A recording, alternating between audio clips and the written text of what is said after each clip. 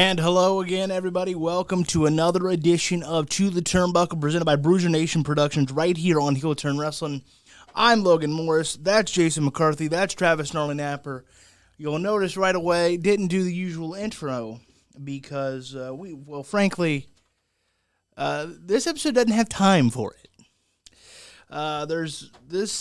We have done a lot of shows together. The three of us have. I mean, it's a ridiculous amount, quite frankly. And I truly believe there is a fantastic chance this is going to be the most interesting, controversial, confrontational show we've ever done, because it's been, short of the actual pandemic breaking out and maybe Black Wednesday, it's been the most interesting week in wrestling in quite some time. I think only Black Wednesday could possibly compare in terms of the what the hell is going on factor. I mean, I cussed on air, so yeah. Probably. So let's kick it off. Let's get right to it again. This is To the Turnbuckle, presented by Bruiser Nation Productions, right here on Heel Turn Wrestling on Facebook. If you don't usually tune in, you damn sure want to stay tuned, because this is going to get real interesting real fast. The first thing we're going to kick it off with is they did the quarter number 2 conference call to report the earnings. As a publicly traded company, WWE does these every quarter to report the earnings and yada, yada, yada, and, essentially, suck some face with the shareholders, if we're being quite frank. Fair? Fair. And usually these questions are boring, because I listen to all of them. These questions are boring. These questions are crappy. These questions are like my cat. But Vince McMahon was asked on AEW, because a shareholder, and good for them for observing, noticed, and again, I'm going to paraphrase, I don't have the question right offhand, don't shoot me, but essentially asked, they've noticed that AEW has made a lot of growth with their talent, signed a lot of names, and they said they've made a lot of growth in ratings and especially certain key demos, and the question was ended by, does that make you want to look at your talent more or reevaluate what you're doing, or is it a case where rising tides kind of lifts all boats? And Vince's response was this. Well, it certainly is not a situation where rising tides, because that was when Ted Turner was coming after us with all of Time Warner's assets as well. Vince responded, that was a different situation. AEW is where they are. I don't really know what their plans are. All I know is what our plans are. I don't consider...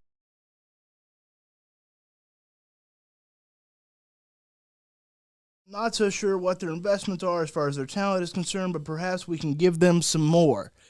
Certainly, the last sentence there is the most interesting one, because suddenly he went all Owen Hart press conference and started presenting some tones.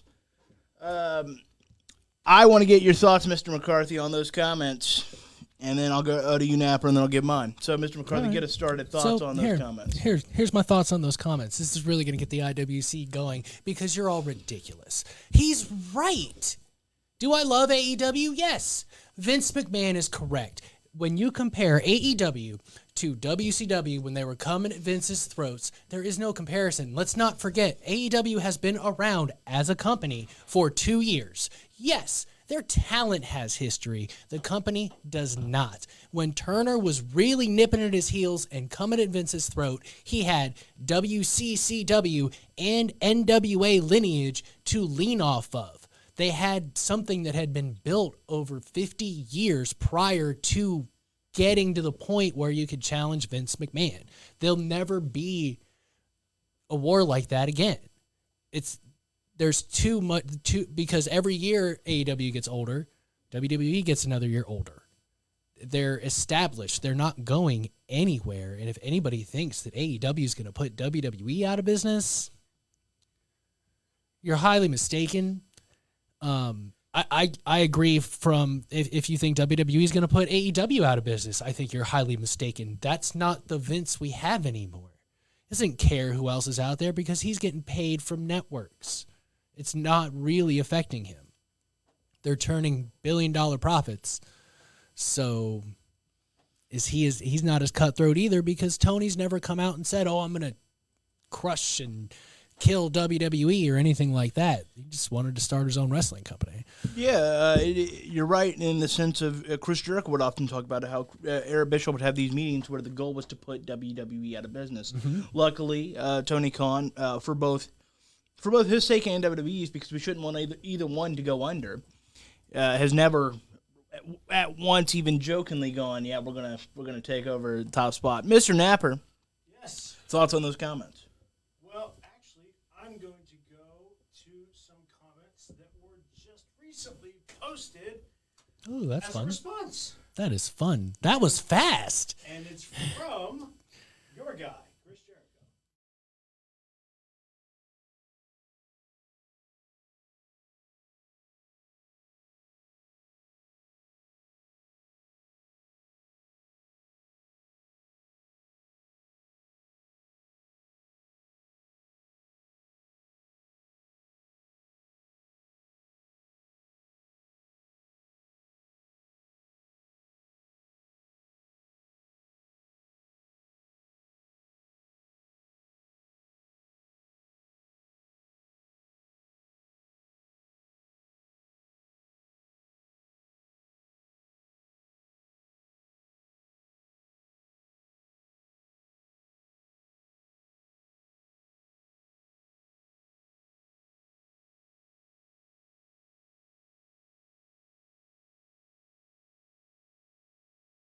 And I have to agree with McCarthy. What else is he supposed to say? They've already, to be honest, even if that was the case, that AEW thought that they were competition, they've already ridden this horse years before this was ever a conversation. Like, it was already known that they probably weren't going to care that much what AEW did. What they were going to do, like, they already called them a... No, I can't say that live on the air. But you get the point of the Triple H quote that I can't probably say on the air. They already called them a P-Ant company. There, I tried to make it as nice as possible. It's pretty They close. called them a P-Ant company. What else were we expecting? Like, you really thought he was going to go, oh, wait, no, now they're competition. And I just realized this entire time, I think I've been muted, so that's cool. Nice. Nice. You read that whole thing I did. too. I did. Well, I'll let you gather. I scrolled. They can read it. It's fine. I'll let you gather your breath, and I'll give my thoughts. I have to agree with Mr. McCarthy. He's not wrong, and what I mean by that, and that's not a disrespect to AEW. I'm not even about to put my bias in yet. When I get to the other portion of the show, we might see that, but for here, I'll keep it straight. It's a different ball game. I do think that Chris Jericho's comments are kind of bull, because if you're not worried about what they're doing, why are you making jokes about leg slapping and thigh slapping and also or knocking down Triple H's throne, or like? And I know that's tongue in cheek, but I'm saying I hope, and I don't have the context to those quotes, but I hope he would go, we poked some fun, and they certainly have done that. So I think it's false for Jericho to say they haven't worried or thought or cared. Like, well, you obviously have, because you are pandering to your fan base, because that's what AEW's fan base. Not everybody, maybe not you, McCarthy, but there's a portion of that fan base that wants to kind of see shots at WWE be taken. Yeah, I think it's funny, but I could give or take it, And so as far as Vince goes, the most interesting comment of these comments, because you're right, most of these are essentially a political answer or filler, but the last interesting, what is worth noting is, and I'm not so sure what their investments are as far as their talent is concerned, but perhaps we can give them some more. That is the biggest subtle screw you that he's willing to give these days, because he's a publicly traded company. That's the comment that is fascinating. And maybe he was alluding to, and we'll talk about in just a moment, Bray Wyatt's release there, because perhaps we can give them some more. And about 48 hours later, Bray Wyatt was out of a job.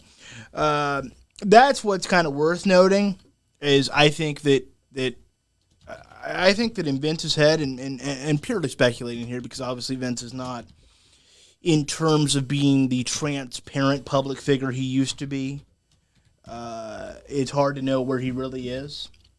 But I think in Vince's head, he's probably going, I hope they spend all they possibly can, because he probably figures as a business they can't possibly keep this up forever. And I think that shot kind of implies that. Purely speculating. I don't know that. Again, Vince is not as transparent as he used to be. So will be interesting to see. Final thoughts, either one of you, on that particular sentence. On that, what does that mean? Was that a shot? Was that something we're making too much of? No. I don't think you're making too much of it. That was the one that really stuck out to me. Like everything else, I was like, yeah, what else is he going to say? But the fact that he blatantly says, perhaps we can give them some more. Here's the thing. Yes, it's a screw you to them. I also see that as a screw you to his own roster. Because if you don't value enough your own talent that you're like, oh, maybe we can just give them some more. I'd be a little bit pissed off if I'm your employee. Like, oh, okay, I'm just expendable. You can just give me off to another company. I have a little bit of questions about my place of employment currently.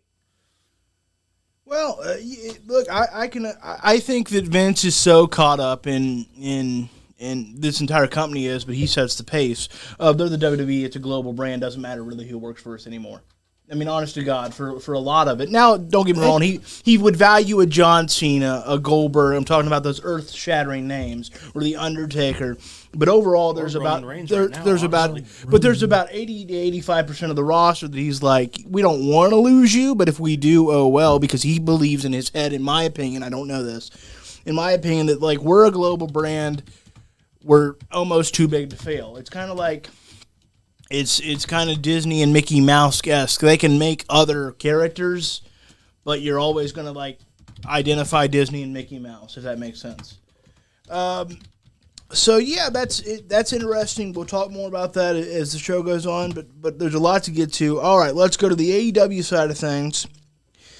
CM Punk and Daniel Bryan are reportedly heading to AEW. I want to take this one chunk at a time because there's a lot to unpack. One chunk at a time. So first, let's talk about the guy that hasn't been a part of wrestling other than a poorly produced FS1 show in 7 years.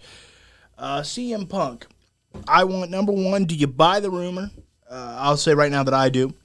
And number two, how much does it change the game at this stage? He has been on his couch for 7 years. And obviously we all clamor.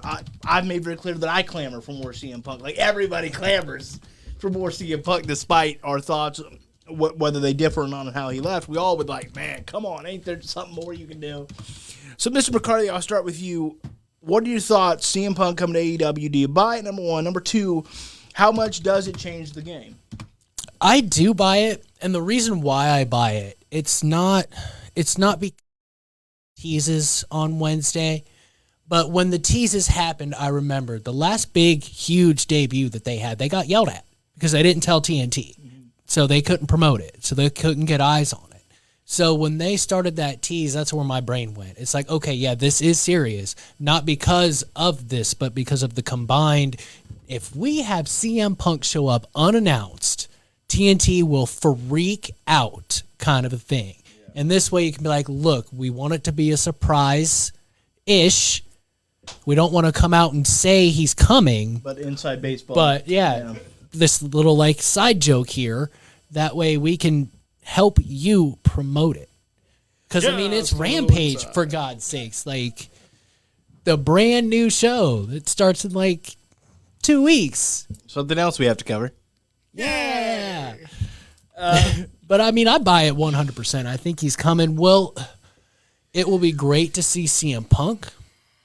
We will have some amazing in-ring action with the talent that is involved with AEW and CM Punk. And I think they need a CM Punk. He's very abrasive, if you will, but they don't have the only that's what you hear about at the locker room. That's the rumor. He's abrasive in the locker room. I know. I'm not disagreeing on that part. They don't really have a lot of the abrasives. You always hear more than WWE does. That's for sure. Well, they have a lot of pals. Well, they're friends. True. They chit chat. No, they have a lot of like they don't really look abrasive. They're essentially like if we the three of us ran a wrestling company, we would be so of each other's time. Then people go, Lance Archer put somebody through a ceiling. How the hell is that not abrasive? He's abrasive to others, not to the talent in the back. But CM Punk can be one cantankerous, abrasive individual. That's what they say. I don't know. I've never met the guy, so I can't really say. He might like me. I mean, most people that are mean to people are nice to me. You can ask my old employees at the Eagle. People are nice to me. You weren't an employee, though. You were a coworker. I wasn't your boss. I can't relate. Fine. So now I want your comments, Mr. Napper, on do you buy it? And then what do you think, what do you think he's got to offer at this stage? Can he still be a similar level of what he was? Not necessarily right there because 7 years is a long time. The game has evolved. But do you think he can still be, CM Punk? Obviously, verbally, he probably hasn't lost a thing. But after 7 years, do you have any trepidation about him coming in and being arguably, if he comes in, arguably the face of AEW? I'll start off with, do I believe it? I do believe it. Before last week's AEW, I was still on the fence. But the same thing kind of clicked with me that it did with McCarthy. It's like, okay, they're mentioning it a little bit too much for it to not be true. Like, Impact with Slammiversary, they did that where there was like they kind of teased multiple people in like video packages. Some came true, some didn't. This to me, AEW doesn't do that kind of stuff. Usually, if they tease something, There's something there. there's some validity to it. And to not only mention it with the promo with Darby Allin, the Last Dance thing, like there's just way too much going on here where I'm like, wow, this is actually happening. And it very well could. To your question about CM Punk as a whole, verbally I have to agree. I really doubt the dude has lost any bit of a step on the mic. He had practice, let's be honest, with I forgot the name of the show already. What the hell was that? Backstage? Thank you. He had kind of practice with that. Granted, that's not like promos and stuff. They kind of cut promos on that show every once in a while, but he wasn't like actively portraying as a wrestler. But I really doubt the guy has lost any step in terms of promo skills. In the ring, I know he's been training hard. That's been well documented. He's been training with a wide variety of different people. Is it going to look the same? No. It's almost impossible, I think, for it to look anything close to the same. Is it going to be bad? No. I really doubt it.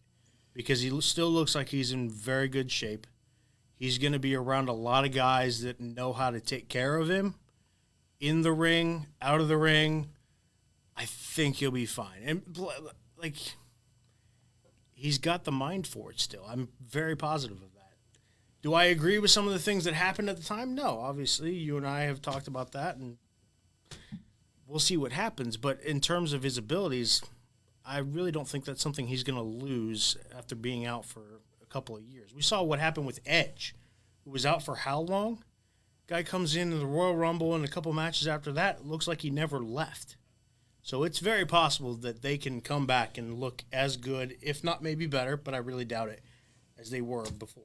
Yeah, there is some precedence to this at this point. We've seen Edge come back, Daniel Bryan to a lesser extent. We're about to talk a whole lot about him. Christian as well, and to put an exact timetable, frankly, The Rock was gone for about 7 years and then got back in there with John Cena. And while I wouldn't say The Rock looked the same, you can't say at all that he looked bad. No.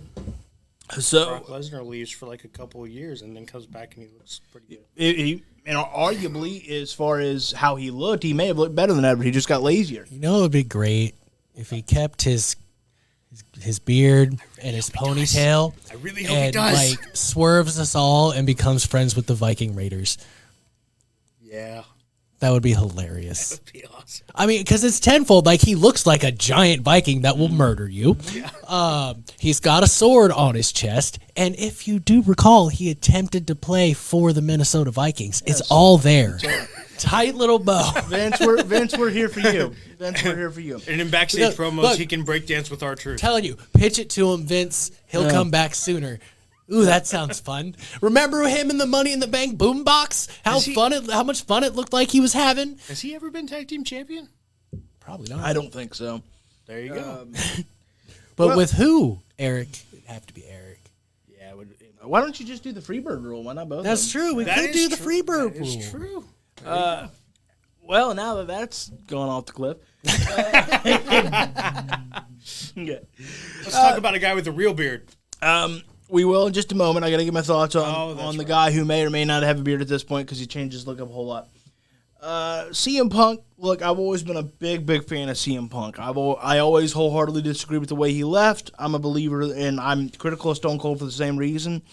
I think that you sign the contract, you ride it out, and I wish that CM Punk had some regrets on that because that's the reason that I give Stone Cold more of a pass because he knows that he handled it wrong. Nonetheless, despite because he was kind of a bitter ex-girlfriend there for a while, as far as professional wrestling goes, taking shots at it and calling it fake, and those words are real triggering to me. And so, but I love CM Punk. He forever changed the game. He got WWE on ESPN when ESPN didn't care at all, like didn't have any sort of market or interest, or like I don't even think Coach was there. Like he forever changed the game, and both he and Vince deserve credit for doing something that we really hadn't seen in modern history before. And he is a game changer. He is he's like this kind of cult hero, if that makes sense.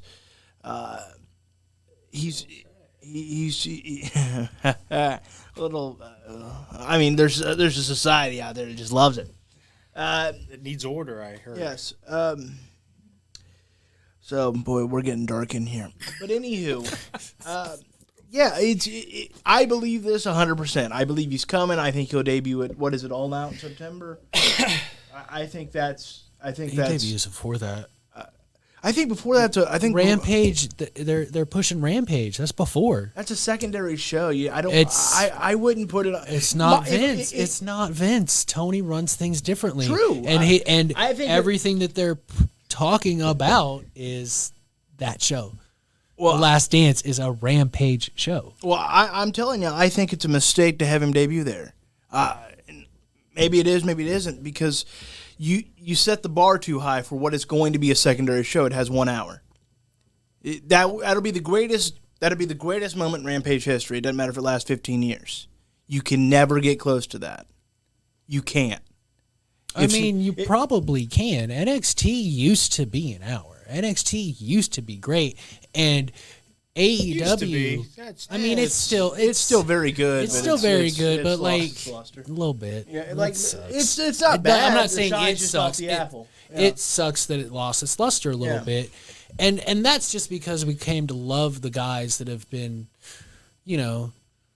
pushed up to the main roster and then quickly released within a few years. So we grow attached to these guys in NXT. I'll call being an NXT fan like being a Dolphins fan, but with more success, because as a Dolphins fan, you just get so close. You like these guys. Oh, bye. See ya. We're gonna go pay some old defensive lineman that's probably still good for a year, but it's pushing it after that. But we're gonna sign him for like 5 just to be sure. You got to be sure. So my You okay, thing, buddy? like, I don't know. It just came out of nowhere. Sorry. and I welcome, mean, they didn't do anything recently. I He mean, needs a pat on the back. right now they're doing much better. and welcome to the football fan support group. But yeah, Don't ask me about my team. I just think it would be a mistake to debut on Rampage. Big moment, iconic moment, something we'll talk about forever in history, whether AEW's around another 5 or 50. But I think you save that for a pay-per-view. I think you save that for, you're paying, what, $50, $60 for a pay-per-view or whatever it is. You save that for that moment in Chicago. Holy shnikes. But here's the thing. I mean, if they did reportedly get both, you can't have them both show up at All Out. So Right. one of them's got to debut previously. I think Daniel Bryan's more fitting to that because he's not as big of a deal. He's a big deal, don't get me wrong, but he's not. We haven't clamored for him for 7 years. Because he's been on our television screens. Exactly. That's what I'm saying. So you salivate it. You salivate it. CM Punk has got to be. Look, it's like making love to a beautiful lady. There's the women. I'll keep it clean here. Promise. No, I know. There's the women that we go out and we happen to have gotten, right? And then there's the woman you wanted and you had to court her and you had to really work hard. And guess what? And then you had the relationship and whatever. Kept it clean, didn't I? Pretty clean. Yeah. Here's the problem. You are not going to get a bigger pop. Ever. Even if he debuted it All Out. You are not going to get a bigger pop than CM Punk in Chicago. But All Out is in Chicago. I thought Rampage was the only one. Okay. No, Yeah, Rampage that's what is I'm there, too. saying. Never mind. I take it back. Then. Yeah, that's what I'm saying. I believe it's the Rampage before, hence another excuse to call it the Last Dance. Oh, it's the last show before All Out. Ha ha ha ha You know, ha. that's what I'm saying. All Out's in Chicago. It's pay-per-view. All right, You pay your $50 for it. concede. I think it's got to be done there. I would put Daniel Bryan on that show. I would put Bray Wyatt on that show. Ric Flair on that show. Any of those names. But I would not put CM Punk, the guy that the same way that we all, whether you liked him or not, we all wanted to see The Rock come back. Whether you like CM Punk or not, we all want him to come back. Yeah, we do. Yeah, and to be fair, like, pay-per-view, he can say whatever the hell he wants. Yeah, he can cut loose. He can dang near say whatever he wants on TNT. Dang near. Say Well, dang. Yeah, but, like... Well, they've proven they've pushed that a little too far. We'll get there. Hell, WWE's pressing USA. For different reasons? Yes. Why are you firing all your talent? All right, now let's talk about that other name involved. Daniel Bryan reportedly heading to AEW. I buy that as well. It's because he clamors to. He loves the art of it, the game of it. He doesn't care if it's 50 people or 50,000. He's not in it for the money. And He did that one. he did that. He'd been there. That's right, he did play Yeah, the game, didn't he? he played it and beat him in the WrestleMania opener. Yeah, he did. And then he got in that triple threat and became the world heavyweight champion. It doesn't matter to me. The streak died on that day. That WrestleMania can go to hell. Wow, that's egregious. Says Daniel Bryan's crowning moment. I don't give a damn. I don't care. All right. Anywho, That was a pretty bad day. that was tough for me. I cried. And so, I buy it as well because he's not upset with the WWE. He's not bitter about it. Here's the difference. Vince won't. He wants to go work in Japan and other places and wrestle guys. And if Vince would loosen up and allow that to happen, he'd go right back to WWE today. Yeah, he would. But Vince isn't going to do that. So you got to respectfully understand where he's coming from. It's not he did write out his contract. He did main event WrestleMania. He's not leaving as a bitter fool or he's not going to complain. Like, he might take a couple of shots just kind of getting caught up in the moment when he gets there. But overall, I think Daniel Bryan and WWE have great respect for one another. And so I would debut him at Rampage. That's what I would do. He's because of the fact he's still fresh. We just saw him at Mania. But we can re-debut the American Dragon at Rampage. And and people go, well, that's not CM Punk. But that's just because CM Punk is a special individual. And Chicago's a hot crowd anyway for wrestling. We saw it last night at Raw. That was one of the hottest Raw crowds that are not post-Mania. Which is surprising as hell. I really thought they were going to try to hijack that show. They tried, but then Goldberg, to his credit, I could tell through an audible right in the middle of that promo and got their attention again. Yeah, he did. He's gotten all so much right. better at the promo game compared to what it was. He's still not great, but he proved right. That happened to him 20 years ago. The whole segment burns down. Anywho, what are your thoughts, Mr. McCarthy? Daniel Bryan, and so Daniel Bryan, CM Punk, obviously started out with Daniel Bryan, but does this change? How much will this add to AEW in terms of where do they peak out at viewership? Obviously, those first few episodes are going to be big, but I'm talking about when you reach a little decline, how much profit, quote unquote, not money wise, but how much profit are they getting from these two names? And what do you think Daniel Bryan's got left in the tank? Because he's got a lot of miles on that body. He does have a lot of miles, but I think he's got a couple more years in him because he's not He's going to wrestle probably one of those kind of when I want, wrestle for whoever I want.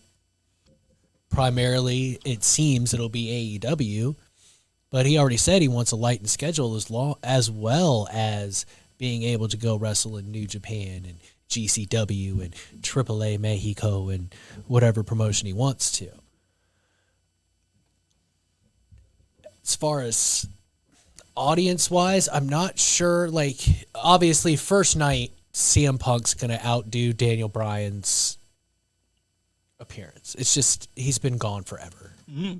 Like you said, we just saw Daniel Bryan. Yes, we're going to be thrilled to see him in AEW, but CM Punk's been gone for 7 years. So the pop's not going to be the same. It'll be loud. It just won't be CM Punk loud, and there's nothing wrong with that. It's for different reasons.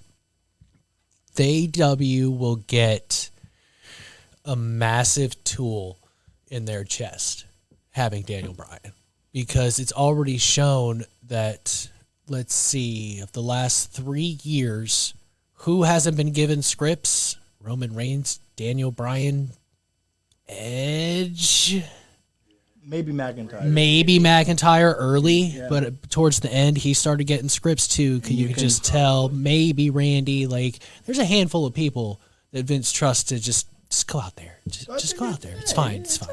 Just allude to this, and this, and I would get outta maybe here. put Bray in that conversation. Yeah, I I would don't agree, know if he 'cause, got. Yeah, there's no way he was getting too heavily scripted. He got too weird. No, yeah, he did get really weird.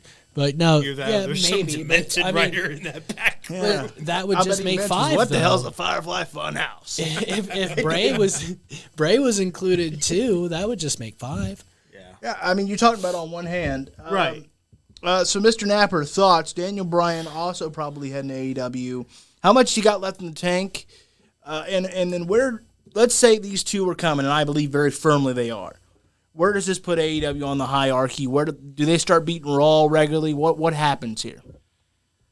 I don't think they'll immediately beat Raw, because I think Raw is starting to see a little bit of an uptick just because fans are back. I do, because I think it added something. Yeah, It absolutely. does The numbers add to prove it. it. You have to love the sport Yeah. of pro wrestling to sit there and watch it with no fans. You do. And we did 16 months, boy. 16 Yeah. months. Yeah. But I think you can tell in some of the performances, too, that they're starting to get a little bit better. So I think Raw has taken a little bit of an uptick from where they used to be. So I don't immediately think AEW, those first few shows, they might beat Raw, and that's fine. But I think long-term, you're not going to see them immediately beat Raw. They'll get close, but I don't. I say 1.2 is maybe their benchmark where they could try to get to consistently. Consistently, that's Because fair. right now they're at 1. They're getting to 1 They're consistently. hovering. Yeah, they've had 3 weeks of over 1 million. I think 2 weeks ago was 1.3, 1 point something last week. I don't know. I think 1.2 has got to be your try to get to consistently and stick there. And just that's build not a from there. failure. That, to me, that's not a failure. I think if they can get to 1.2, considering where they've been over the last year, that's a major improvement. What they're getting is probably one of the most notorious promo cutters not named Paul Heyman in the history of the business, and a Swiss Army knife of a wrestler that can do basically anything and wrestle with basically anyone. That's what they're getting, and that is a very crucial thing for them. Promo-wise, I really hope to see a lot of the guys and gals in the back improve on their promos. Not that they haven't been great, but some of them I do think will benefit from having CM Punk in the back. And then from a wrestling standpoint, Daniel Bryan will be very crucial, especially to the littler guys, because I think this will help them realize they don't have to do everything every single time. Finally, like, the more they get these guys in there, I think the more they'll realize, okay, we can do the spots. That's fine. Let's bring it back a little bit. Less is more. And let's not try so hard to go for, like, we'll get to AEW, and I'll show you exactly what I'm talking about when we get to that first match with AEW. That's my point. And then we'll get into it later. But to be fair, Daniel Bryan only learned that when he had to. There's a reason that he had all these injuries. He was a little too all out all the time. I still get a little cringy every time I see what I call a suicide dive, because I prefer Michael Cole's way of doing it. And so So yeah, I think he kind of overdid it there. All right, but now I promised you that we would probably argue and yell, and there's no script in this show. We have an outline, and that is it. We don't talk about, well, what are you going to say? No, that's none of that. So there might not be any, but I got a feeling this could get interesting. Mr. McCarthy. Because of those two names coming in, Hangman Page is reportedly out of the main event of All Out. That great story we were telling. And then number two, Uncle Dave DM Meltzer reports that right now he's not even on the card. What are your thoughts? At first, I was pretty pissed when the match was over. I think there's something else. Because it's one thing to take him out. What just happened? Nice. It's I'm so one proud thing. of you. It's one thing to take him out of the main event, but he's been a staple guy for years. He's not on the card. There's something going on. I don't know what.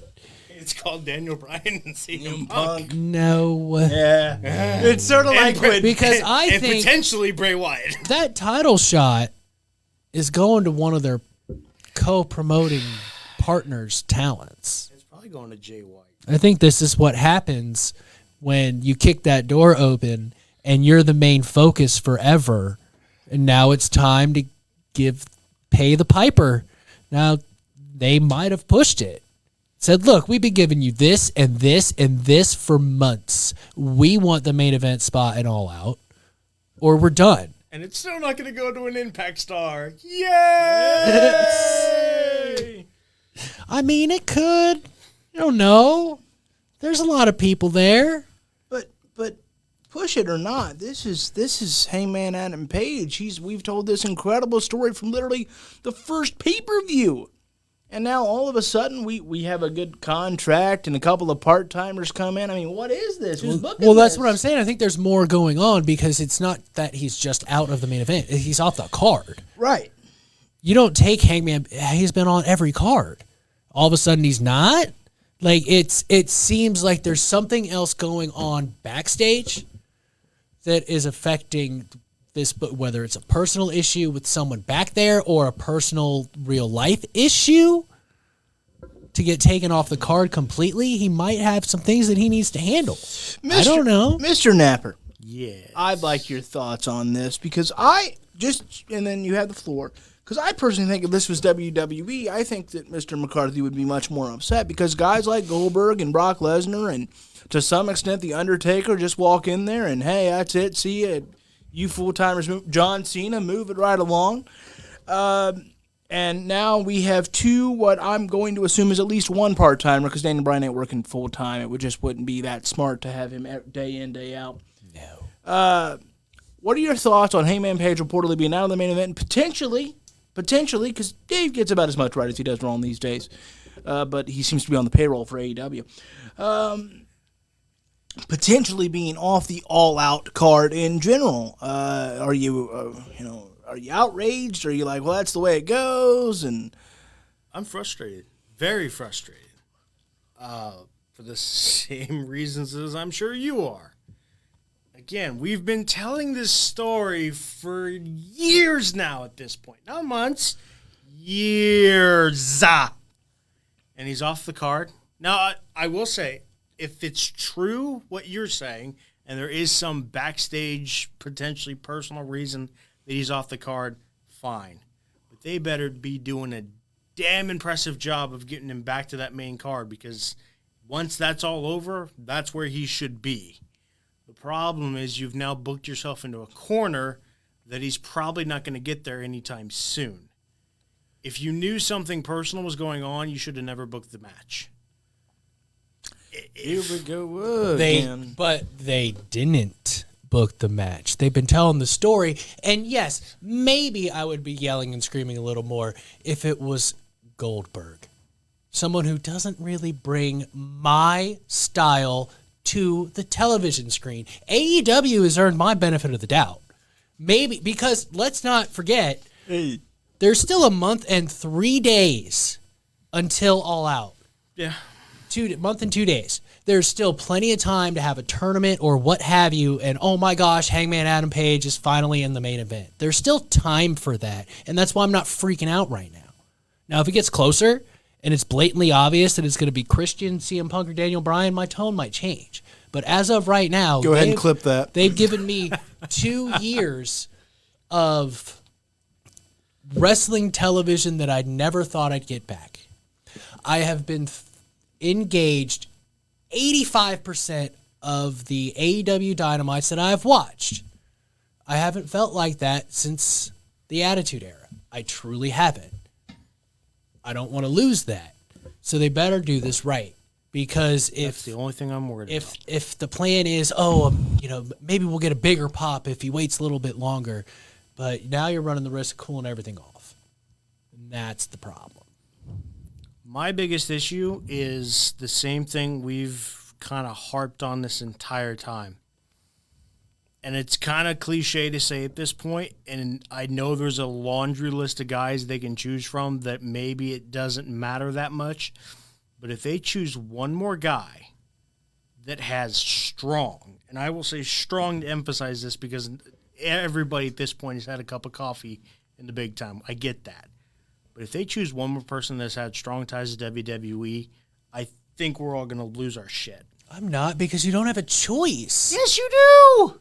What do you mean? You worked for Vince, but you're one of the top 25 talents in this business, but I'm not going to sign you because you worked for Vince for 7 years? That makes no sense. That I didn't say sign, but I'm saying if they give another title shot to somebody that hasn't been in the company for more than freaking 5 months, I'm going to lose it. That's a better way to say it than, oh my gosh, they're bringing another WWE guy. But the problem is they bring them in and fast track them to the title shot. And Who's that's gotten a title shot? What? Who? John. Who? John. Who? Chris. Who?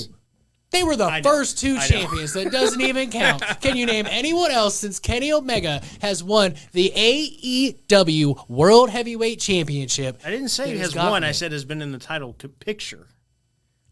And to be fair, Kenny Omega isn't a great defense in my opinion because he works for the company. He doesn't book the matches. I mean, he did book. I mean, Hulk Hogan wasn't on the creative team in WCW, but he sure had a lot of pull. He booked this match. Did he? I mean, kind of. All right. Let's continue this Yell Fest before McCarthy has to go tend to other duties. Yay! Well, this was a tough one for me, boys and girls. Bray Wyatt was released by WWE reportedly due to budget cuts. We're gonna take it right there. We're gonna take it right there. Mr. McCarthy, what are your thoughts on Bray Wyatt being gone from WWE? Shock, awe, That was me and too. surprise, Yeah. because that's a big time moneymaker. But like we kind of joked about at the beginning, like Alexa Bliss kind of pulls it off, and merch is still there. But for me, not only is this the most surprising, this is the most worrisome for a wrestler. Because we never, not that he ever had to, but we never got a reason why he was gone. It was never, Bray, he never got on a podcast and said, well, this is why I'm gone right now. And like I said, he doesn't have to. It's none of my business. But when you're gone forever, it looks like you're about to debut again, and all of a sudden, boom, you're released from the company. I'm worried about his personal life. He might be perfectly content not wrestling again. I mean, his brother seems to be. Bo Dallas hasn't been around for a while, and he hasn't stepped foot in the ring since he got released. Well, Dave Meltzer was reporting that he had just gotten cleared for a return. Turns out it was according to Dave, we've had a lot of conflicting reports. But right now, according to Dave, it was a medical issue, and he had just gotten cleared, and they were looking for other ways to again, maximize profits because they had that Q2 call. And and I guess this wasn't the first time that his name had come up in terms of, hey, I read that too. He's making buku money, but we only have him here and there, and so Unfortunately, he got the X. Now, we all know I'm a big Bray Wyatt fan. Like this one hurt. This was the first one that I win. Damn you. Damn you. Damn it, why? But, unfortunately, that's the business. And as upsetting as it is, we don't. Unfortunately, that's where Vince is at. That's where WWE is at. And that's what every company that isn't private is at. Why did the Bengals cut Andy Dalton or get rid of AJ Green? Is it really because they didn't believe they had anything more in the tank? No, it's because they wanted to maximize profits. And I can pay a little less to a younger guy. Let's ask the Dolphins how that works right. out. I'm not saying it's correct, but I'm saying when people go, you are really just depressed today. I'm saying when people go, well, that's it, I'm done, I can't. Okay, I hope you stop watching your favorite sports team when they cut a player you don't want to see cut. That's just the way it is. It sucks. Like, I hate it because I love Bray Wyatt, and I think they've squandered a major opportunity. And no, I'm not going to get on the Mickey James train of, they screwed up the gimmick and they did all this. There were certainly missteps, but it was the most over gimmick that Vince and company have come up with in years. I just said she wasn't wrong about, they can still make money off his gimmick. That is, Well, sure. It's diabolically genius, really. Well, sure, she's not wrong about that, but I think Mickey James was out of line for those comments, and I'll tell you why. Yes, that's fine to believe that, and she may even be correct, but you just got to NWA. We get it. You're a bitter employee because you got your crap in a trash bag, and that wasn't great either. That wasn't a good look. But let's not act like he got completely mistreated and abused when he's been a 3-time WWE champion, has had iconic moment after iconic moment. The stuff that he'll be one of the guys that we talk about over the next 10 years, and we'll talk about some of what he did during the Thunderdome era and beforehand, and just look at the names he's been in there and been able to be with. He's been in there with a John Cena and gave John Cena his most fascinating and stunning loss of his career, perhaps. He wrestled The Undertaker. He's been in there with Randy Orton. He's been in there with Matt Hardy. He even had a stare-off with Vince McMahon himself. That's fair. I'm saying, is this wrong? Is this bad? Yes. But we don't suddenly say, well, the Steelers had to cut Ben Roethlisberger, so they really did him wrong his entire run. No, you can say... Oh, never mind. No, keep him forever. I'm saying you can. It can be one. Good stuff. It can be one or the other in terms of this sucks. It shouldn't end this way, but let's not act like he hasn't had big moments and was completely mistreated. He was, again, not suggesting there weren't missteps. There were. Absolutely there were, and it shouldn't have taken place. But that's just the way it's going to be, because frankly, you can make an argument there's been missteps with Hangman Page or Darby Allin, and we don't say, well, they've been completely mistreated and abused. You made a mistake there. There's always missteps, right? Though. And so that's my thing. I see this sucks. This isn't cool or okay or that's. But unfortunately, as a business, they're so obsessed with making profit because that's America, and we don't say, well, that's it, I'm done with the company, because they're going to, unfortunately, great players get traded and go away it sucks. But Mickey James and other people painted they completely have screwed the pooch on Bray Wyatt. Not really. Why are we talking about him if that was the case? Because if they had screwed the pooch, we wouldn't be this upset. They screwed the pooch here, but they didn't do him wrong in terms of the gimmick they built for him. Let me kick it to McCarthy first, because I know you're running short on time. Thoughts on this release? I already gave mine, I thought. Did I? Do it again. Go ahead. Okay, fair enough. Because I was shocking, surprised, and I gave mine. Your turn before I leave. But I already did. I remember I had the conversation. Damn it, where's the rage? Why'd you let Bray Wyatt go? It's not as much... I love Bray Wyatt, but I'm desensitized. Like I said, I'm more worried about him. Is there something going on personal-wise? Or is it, you know what? We'll probably do this without him. It's fine. The con that works for WWE is goodbye. No relation to Tony. Yeah, it's weird. It's weird. Cons are running the and there's business here. no relation at all. But the money man in WWE is last name is Khan. It's hilarious. Khan! Yes, we should start doing that. Do that. Do that from now on. Next week. Just have it as a soundbite. Yeah. Next time they release somebody. Mr. Napper, thoughts, and then we'll take a quick break and send McCarthy off. I'm frustrated. I'm extremely frustrated. Me too. And damn it. Me it's too. you spoke of the comments, so let's give the comments.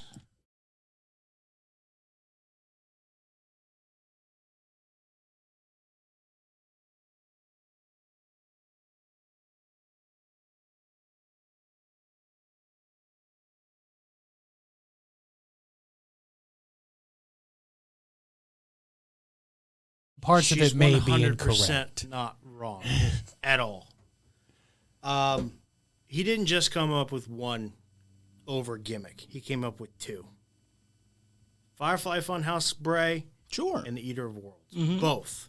Reinvented himself twice and was still one of the most over guys.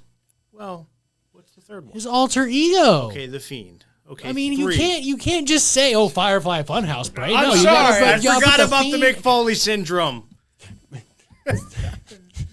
I forgot about the burned and scarred face of the Fiend. Wait, does that Already. make four? No, that was just. Does it? I mean, well, since no, I don't know. Let me ask you this question. Oh, good. Let me ask you this question. Yeah. And this is going to determine the crux of this argument. Do you believe when they started the Alexa Bliss thing that turned her gimmick into essentially a kind of the Harley Quinn to his Joker? Do you believe they had intent on we're going to cut him loose and just steal all the money? No. Then that's not what happened. That's unfortunately the way it shook out. That's how it looks. But she shouldn't, like, what are we supposed to do? Stop her story because, unfortunately, because he got fired? He wouldn't want that. They're close. I mean, I don't think she was saying stop the gimmick, but I'm saying, It's just- I'm saying you have. He shouldn't be released. I don't like it. I don't like it at all. I also felt the Bengals should have kept AJ Green, but I'm not done rooting for the Bengals. I'm in this crap hole. My point is like if you believe that they had that intent, fine, that's what they did. But she has momentum, and they're close friends. You saw that based on her tweet. That's unfortunately wrongfully, in my opinion, but that's how it shook out, and she shouldn't be punished or lose her momentum because it has gotten over, not in quite the same way, but in a similar fashion. But why couldn't they book him back into the story? You're really telling me they had no plan to put him back into the story? Yeah, I could probably come up with 5 if you gave me the time. I think they did have planned to put him back into the story, but unfortunately, it became, well, we got to do Cena, we got to do Brock, we got to do Goldberg, and we just got all. My guess is they're not happy with whatever the exact numbers they reported in Q2. And they're worried that a shareholder's going to be like, well, I see a downtrend. I didn't even see a downtrend during the pandemic. So it's the same thing I'm making the point with Rampage and CM Punk. Once you've set that bar so high, it's there. Even if that bar is still really good, as soon as it comes down, you go, wait a minute. what just happened? Yeah, you didn't have a downtrend during the pandemic, for God's sake. Why are you having a downtrend when fans are back? And so unfortunately, they set themselves up for that. Is that right? Is that morally correct? No, but that's the business we're living in, and frankly, most of this country's living in. It sucks. I'm not defending that he got released, but I am defending the idea that it was somehow malintent. Like, no, I think that unfortunately, it's like. Again, how many times do you see a football team every year go, we got to cut some cap space? And unfortunately, an A.J. Green walks. I mean, there was a time when that seemed pretty unthinkable. There was a time. Yeah, but at that point, A.J. Green was kind of washed up, was on the back end of his career, and could be afforded to be lost. Not the most over guy in the frickin' company. You don't release your second wide receiver, your second all-star wide receiver. You don't replace your all-star running back. Whoa. That's doing great numbers for you. Actually, that's not exactly comparable. Okay, the running back is a with a mid-market example. with a mid-market team, they do it all the time. Unfortunately, we just saw it in baseball, the trade deadline. The Cubs just sold their 3 best players. There are 3 best players in the prime of their career. One of them's a Yankee, one of them's a Met, and the other, where the hell did he end up going? can't remember. San Francisco. And they're 3 in the prime of their careers. Unfortunately, that's not cool. It sucks. But as a Pittsburgh Steelers fan, maybe you're a little spoiled because they overall have kept their prime guys. Because they keep their contracts down. Cheap jerks. That's very true. So, and they happen to agree to it. Give them a compliment. Now, Mr. McCarthy, we're going to take a quick break. Will you be back here at 7? Or I'm going to try to come back at 7. It just depends All what right. else I'm teaching. Because we'd love to get your thoughts on this horrible match. Yeah, the first That was a good AEW, except for the last match. Yeah, good break. Okay.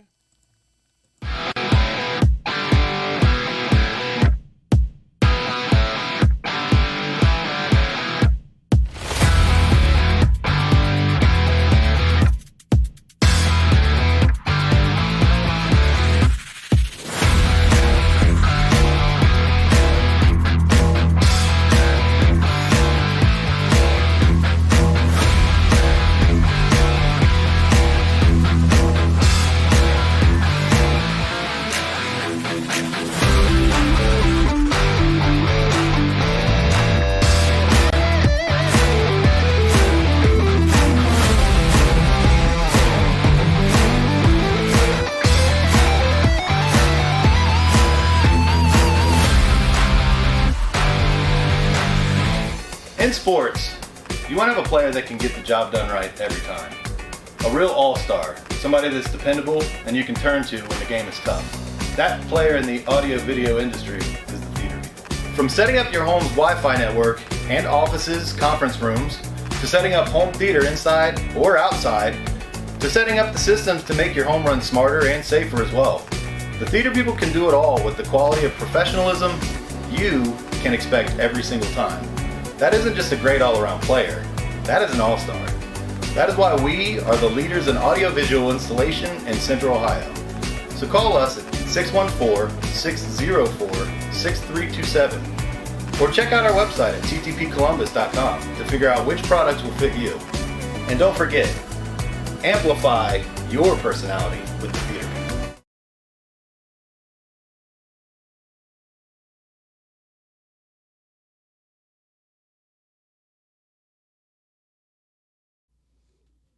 And welcome back, everybody, to the Turnbuckle presented by Bruiser Nation Productions right here on Heel Turn Wrestling on Facebook. Give us a like, give us a share. Don't be afraid to again, hit that little notifications bell on Heel Turn Wrestling and get all the great content and all the great memes that Heel Turn Wrestling has for you. And don't be afraid to go to our Facebook page, To the Turnbuckle. Give us a like, give us a share. We do greatly appreciate it. All right, Mr. McCarthy had to tend to other duties. We will see if he is able to come back in the next hour or so. Napper and I have you until 8 o'clock. All right, so we just talked about Bray Wyatt. We just talked about how much it sucks. So now let's talk about his future because, like you said, he's a prime guy in his career. Where do you think he's best fit? Is it AEW? Is that the obvious?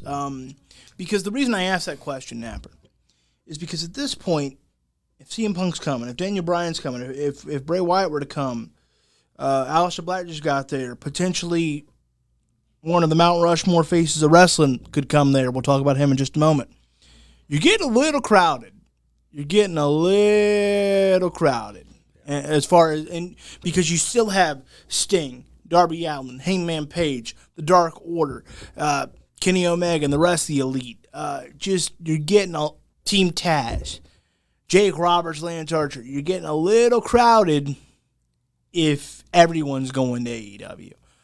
So Bray Wyatt, what's his future hold again? We just talked about how awful it is that he's not with the company and how garbage that is in some respects. But now let's talk about his future. Do you think AEW is the best fit? So I'm actually going to go back to the Vince comments. I almost wonder if this is exactly what he's talking about. Because as you just pointed out, and it's a good point, they're getting very crowded with the big stars. And I think that's part of the reason why he keeps releasing these guys is because of the potential that AEW will still pick them up even if they have a stacked roster, which they currently do. Unfortunately for Bray Wyatt, I do think that's the best spot he can go to. I would love to see him in Impact. I think that could be an incredible boost for Impact in terms of star power. Maybe he could go to Ring of Honor. I don't think he'll end up in NWA. He just doesn't fit. Yeah, it's maybe I can't see him deciding to go over to New Japan unless they really start kickstarting their American brand again. That would be an option once that does take place. which they talked about pre-pandemic, really focusing on the American side of things and starting kind of their own American brand. But unfortunately for him, I say unfortunately just because of what we're talking about it being such a stacked roster, but from a creativity-wise, from a creative purpose, and just overall production purpose, I think it has to be AEW. Because I've said this on this show before. He is arguably the best creative mind wrestling has had in a long, long time. And it's shown every single time he's been on TV. If you give him creative control in AEW with the production value that they're going to have now that they're back on with live crowds and not just out of Daly's place, that's going to be some special stuff. If he's given full creative control to do whatever he wants with the character, and I fully believe he's going, if he does go anywhere, this character is going to continue. Whether or not it's probably not going to be Bray Wyatt, it's probably not going to be The Fiend. I know he played around on Twitter a lot with the Windham cult and everything like that. It's probably going to be a variation of that. But just based off of his Twitter alone and stuff that he puts out there and some of the even designs that he showcases, if he's able to put that on TV, it's going to be pretty magical stuff. So I think for his sake, AEW is probably the best course for him to go. I think that there is a comment. D. Rand Thomas says CM Punk versus Darby Allin would beat Raw.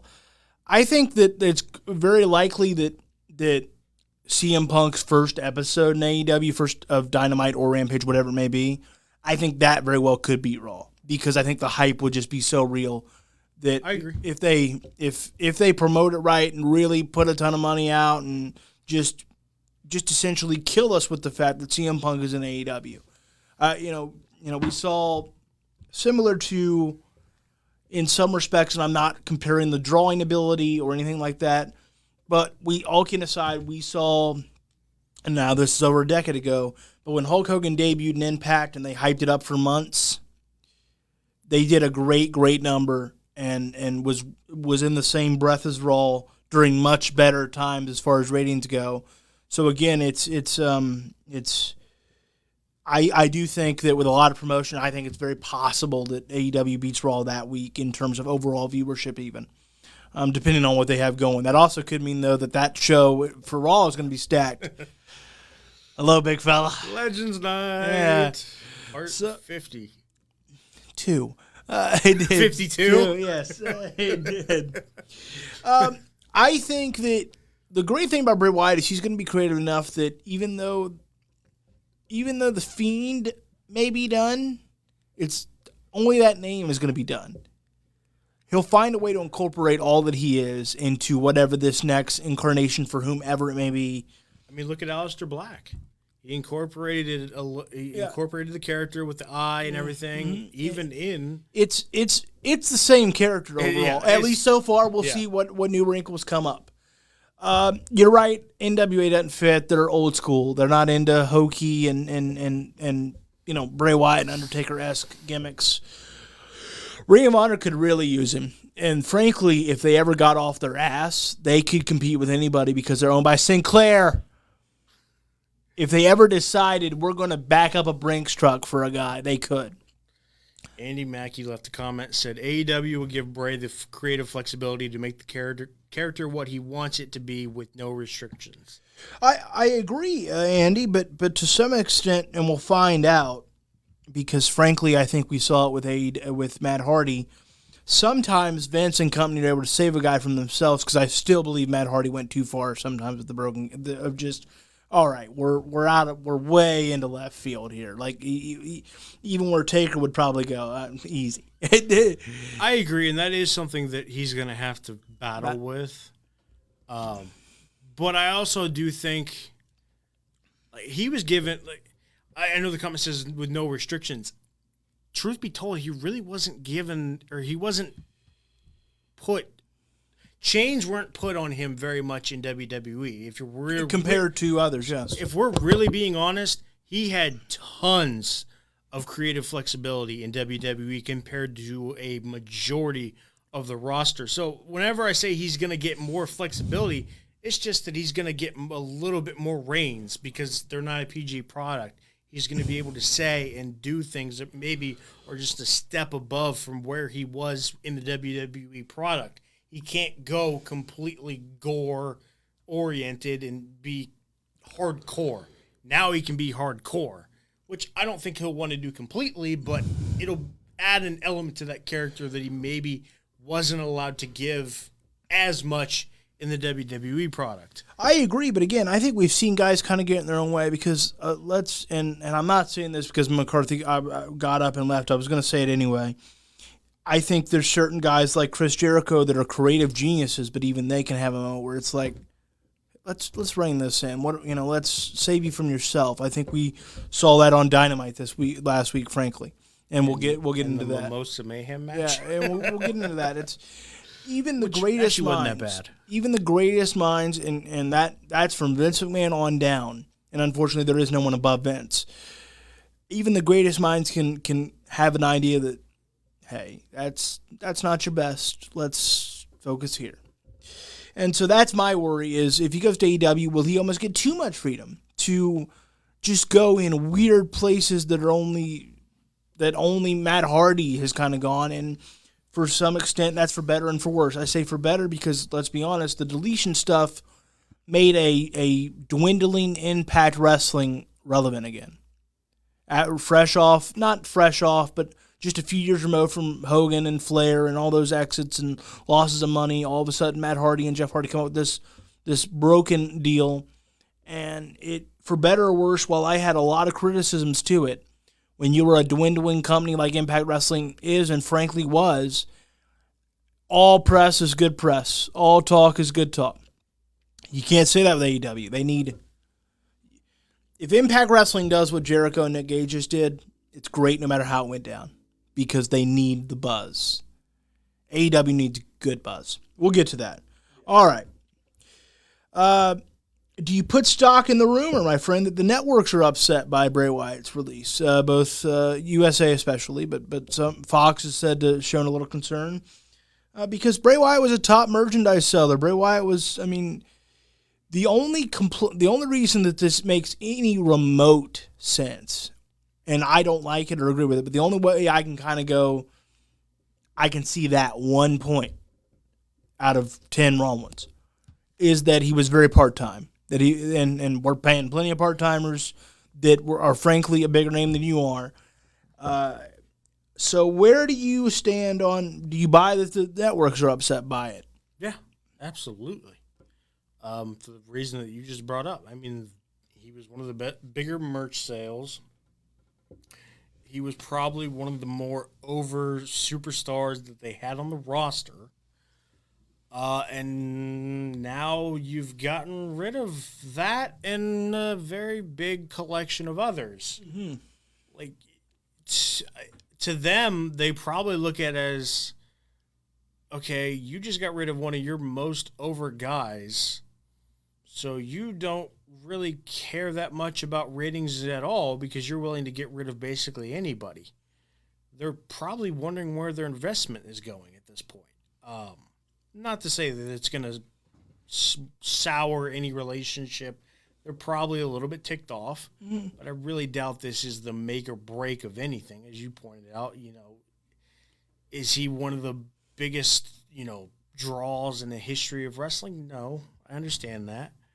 But it probably does put a little bit of worry into their hearts of what the heck is going on. You just got rid of Bray Wyatt of all people. I understand a couple of the decisions you've made, but Bray Wyatt? Really? Do you think that'll make Vince and WWE a little bit more hesitant to do this again in terms of, I don't know who else is on the same level that we would be stunned by. Maybe Seth Rollins?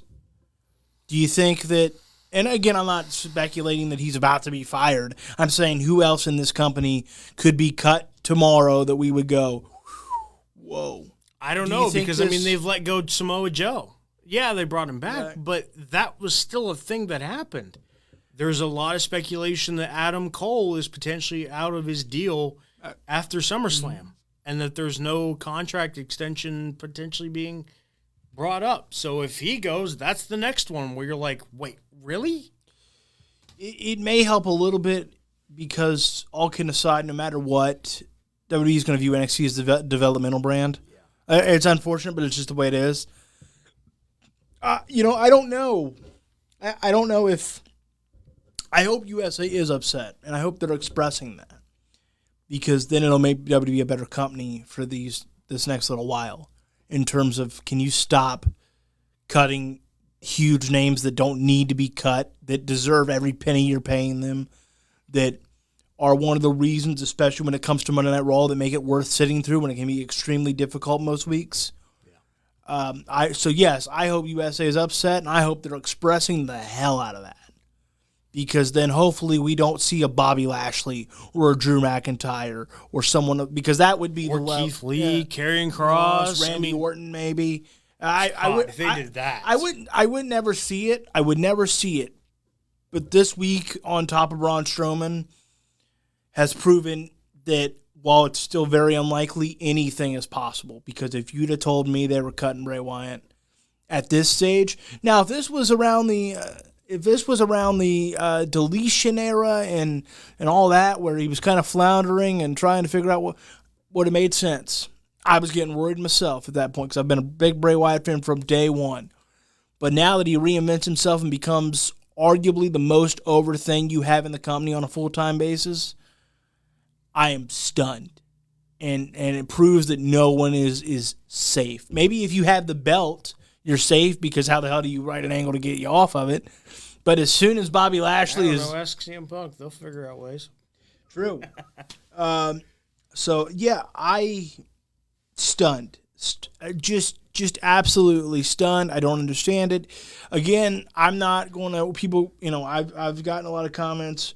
I've seen people go, I don't know how anyone could stick with this company now. Again, all I would ask is, do you stick with your sports team when they make an unpopular call? You probably do. You don't. You can express that's garbage, or that they traded somebody in their prime. That's awful. How do you do that? What are we going to be? Look at those. Frankly, look at the Cleveland Browns. That's something both you and I can kind of relate to. We're Bengals and Steelers fans. While both are in odd places as a franchise, for years it felt like the Browns sold off everybody they could sell off and never worried about winning. We can't say that about the Bengals. We can't say that certainly about the Steelers. And yet, you can make an argument that the most loyal fan base in football is the Cleveland Browns. You didn't. And so that's my point. Is, yes, awful. I will condemn it full scale. But will I ever stop loving the WWE or losing faith in what they can do? No. I just want better. I want better. That's fair. I want better because there should be better. This should not have happened, in my opinion, and I hope the network is upset and stops it from happening anytime soon, because I won't say it can't happen again, because there was a time when Hulk Hogan leaving the WWE felt that's never going to happen. That's why him going to WCW was such a big deal. It's Hulk Hogan outside of, at that time, the WWF. What? That's why it was such a big deal. Anything that's possible in wrestling, that's how it is. All right. Now even more odd and conflicting. I got the double whammy over the last 7 days or so. Yep. If you watch this show, if you've had a conversation with me, if you've probably just seen me out in public, you'll know that I love, admire, respect, and just worship the ground that Ric Flair has ever walked on. Well, let's talk about the old Nature Boy. Woo! Ric Flair asked for and was granted his release from WWE. They both made that official today. WWE officially confirmed that. Ric Flair released a statement. I'll read that off in just a minute. Okay. Bray hurt. That was like a stub in a toe. That was like, damn, that's going to be sore in the morning. My heart, fractured. Right in the heart cage. My obsession with Ric Flair knows no bounds. And so my obsession with WWE knows no bounds. And so every time they're together in their illustrious history, it's like peanut butter and jelly. But now, peanut butter's gone away, and jelly's still over here. It's really? Rick is peanut butter? I like jelly more.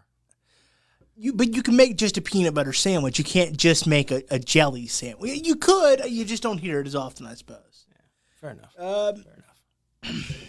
While I pull up that statement, we will ask about what is his future at this point, because the reason I want to wait for a second on that is because he alludes to that in the statement. What are your thoughts that let me set the scene for you. He asked for this. He called Vince up and reportedly, and seemingly confirmed this in his statement, reportedly was upset with some booking decisions and talked to Vince, and they had a long conversation, and he asked for his release. Now, I do want to mention, this is far from the first time this has happened. Way back in 92, Vince told Flair, hey, we want to have you for the long haul, but we're going young. So are you okay with putting guys over? That answer was no. And so he went back to WCW. That's why he went back in 93. In 2010, of course, he had the infamous retirement match and all that. And I still, to this day, don't believe he was okay with retiring. It was something that Vince went, it's time. And so it's time. And he was probably appeased by Vince and Triple H and went, we'll still use you. We'll still bring you on TV. But as far as your in-ring days goes, we got to go. And besides his financial struggles due to living that nature boy lifestyle, he said that the reason that he went to TNA was WWE didn't call him in 6 months to use him. And he got bored, and it's like, well, what am I doing? Because Ric Flair has a hard time not being Ric Flair. We talked about that greatly earlier this year when he was involved with the Charlotte and Lacey Evans angle. So I want your thoughts on Ric Flair asking for and being granted his release, and then we'll get to his future. I want to pull this statement up from Flair. Go ahead. I'm not surprised in the slightest, just simply because of the last thing you said. The last time we saw Ric Flair was the Lacey Charlotte thing. And to be quite honest, I really felt like even at that time, they didn't get as much out of that as they could. Now, granted, they got kind of thrown a curveball with the Lacey Evans pregnancy announcement. But I still feel like, given who Charlotte Flair and Ric Flair are, I mean, hell, they're related. You don't say. You don't say. I feel like they could have dragged that out a little bit more. Even though Lacey Evans was no longer in the picture, there was still more, I thought, from a backstage point of view, and even on camera, that they could have milked out of that for a couple more weeks or months that they just didn't seem to get to. Well, I thought the ending could have been, especially when the curveball got happened, is at some point, all right, either Flair's got to be so obsessed with I'm the biggest Flair that you find somebody else even, or you do the natural thing and let's tell the more soap opera story to where Flair and Flair come to peace with each Flair, and instead it was kind of like go home. They had one big argument and he agreed to kind of go home for a while, and that was kind of it. Here's this statement by the Nature Boy himself. He says, I am officially able to respond to all press related to my request to release from WWE, which they have given me. I want to make it really clear with everyone that I'm not upset with WWE at all. They are solely responsible for putting me in the position of life that I'm in right now. where I'm seen in the brightest light ever. We have a different vision for my future. I wish them nothing but continued success. Thank you for everything, nothing but respect. All right. So, Mr. Nammer. Yes, sir. Would you agree that my obsession with the Nature Boy Ric Flair makes me, it's not a guaranteed fact, but am I pretty qualified to tell you probably what Ric Flair might be thinking? Because so. would you respect my opinion on when I make my inferences about the Nature Boy, given how hard I've studied this guy for years? I would say so. Would you say that I've studied him harder than anyone else on this show? That I am aware of, yes. All right. So here's my opinion on what happened. I don't know this, but I understand how Ric Flair and Hulk Hogan, for that matter, work. Ric Flair, unfortunately, some people, and this is going to sound bad when I first say it, but let me quantify it. Some people aren't meant to get old. And Ric Flair has a hard time being old. Ric Flair has a hard time not being, not being a part of the action and being, not necessarily, he doesn't want to be the face or anything like that. He was fine with putting people over in WCW, but he damn sure wants to be a part of the game. And again, the precedent is in TNA, the reason he went there besides financial struggles was because he got bored because WWE didn't call him for 6 months. And so Ric Flair has a hard time accepting that even if he does know it, I'm not saying that he's like out of his mind. He knows he's 72 years old. He knows his health issues. But your heart wants what your heart wants. Your heart wants to be a part of the game. It's that woman that you can't let go of, or that significant other, depending on your persuasion, that no matter what, you can go on and you can be happy but still in the back of your head, that one that kind of got away.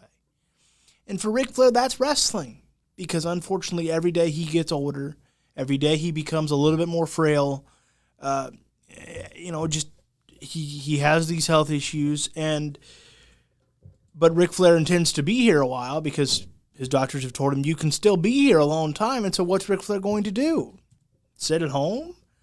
That's just not who he is. That's one of the great brilliances of the angle they had with Charlotte and Rick that unfortunately took a humorous but almost disturbing left turn with the pregnancy angle for a second. That's true.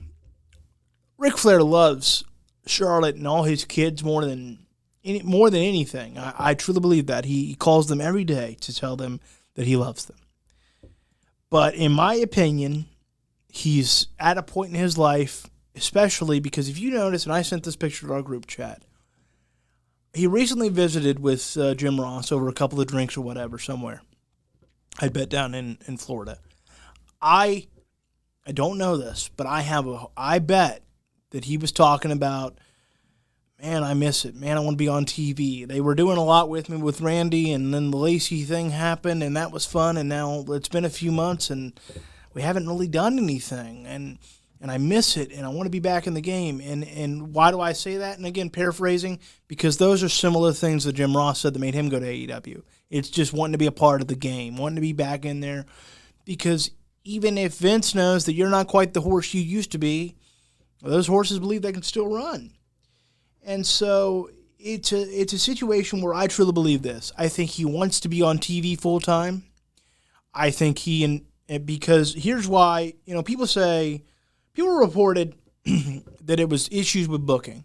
That would imply maybe it was issues with Charlotte's booking, maybe it was issues with some of these releases. Here's the sentence that makes it clear to me that I think it's issues related to whatever they have intended for Ric Flair and his future. We have a different vision for my future. My future. Ric Flair at 72 is talking about my future. Because frankly, if you want to talk about booking issues, Flair shouldn't have any issue with that. His daughter is propped up as probably the greatest women's wrestler of all time. He is treated like a Babe Ruth iconic figure every time he's on TV.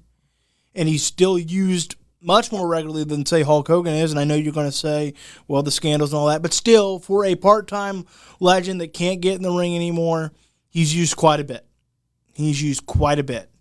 And reportedly, the reason they even came up with the Charlotte Lacey Evans angle was because he had he had asked Bruce Pritchard, "Hey, can we get back on TV? Can I get back on TV?" Because he's always had a hard time not being Ric Flair, not being the Nature Boy. And it was a good storyline. Yeah. I mean, it added an extra layer to Charlotte's character, Now, I thought. Now, to be fair, he did say he had some issues with the storyline, but he didn't want to say no because he said, "I never want to be that guy that, that's not perfect for me."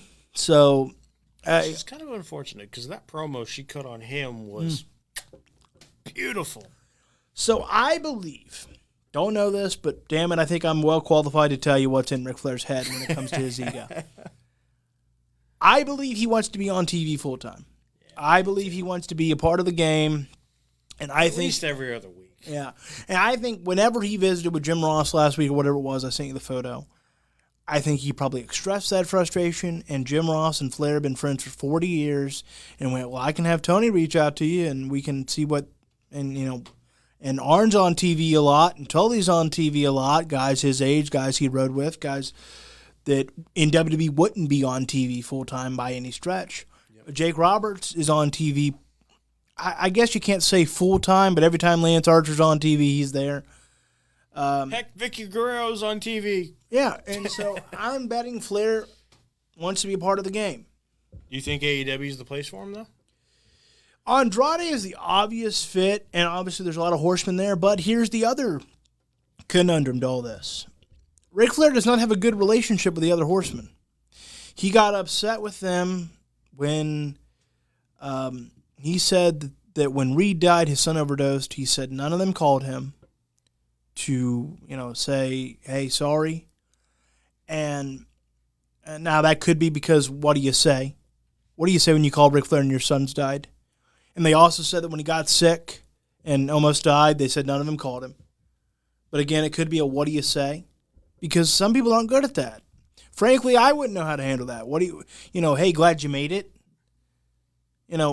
I would be much, now I do think you could probably, but again, we're talking about the ultimate boomers of boomers here. But in our generation, what we would do to kind of do the right thing, but not necessarily have that awkward moment, is you send a text. "Hey, heard the news. I'm sorry. Hope you're well. Hey, heard you had a health scare. If you need anything, I'm here." In which we're all kind of hoping that, hey, we've done our part, but all right.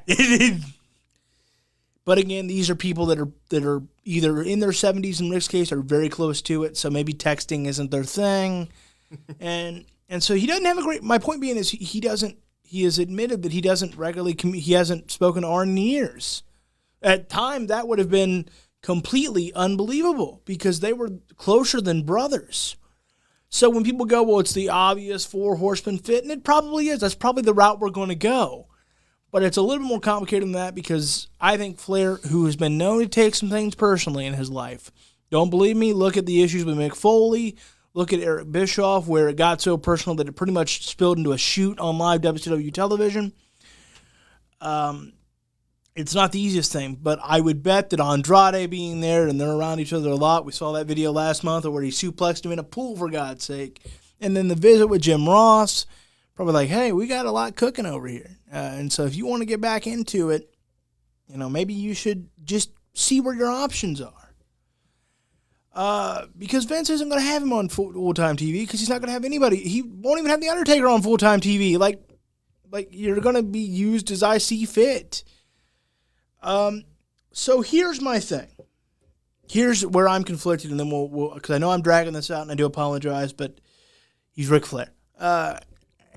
Here's my thing. I'm very excited about him getting back in the game full time because I believe with every fiber of my thumping gizzard that can he still cut a good promo? Yes. But because of his age and you can get mixed up a little easier, I think the overly scripted nature of WWE gets in his way. We'll see because wherever he goes, he's going to get that chance. He'll prove me right or wrong. We'll talk about it when 6 months within the point of him debuting anywhere, we'll know what Ric Flair still got in the tank, if any.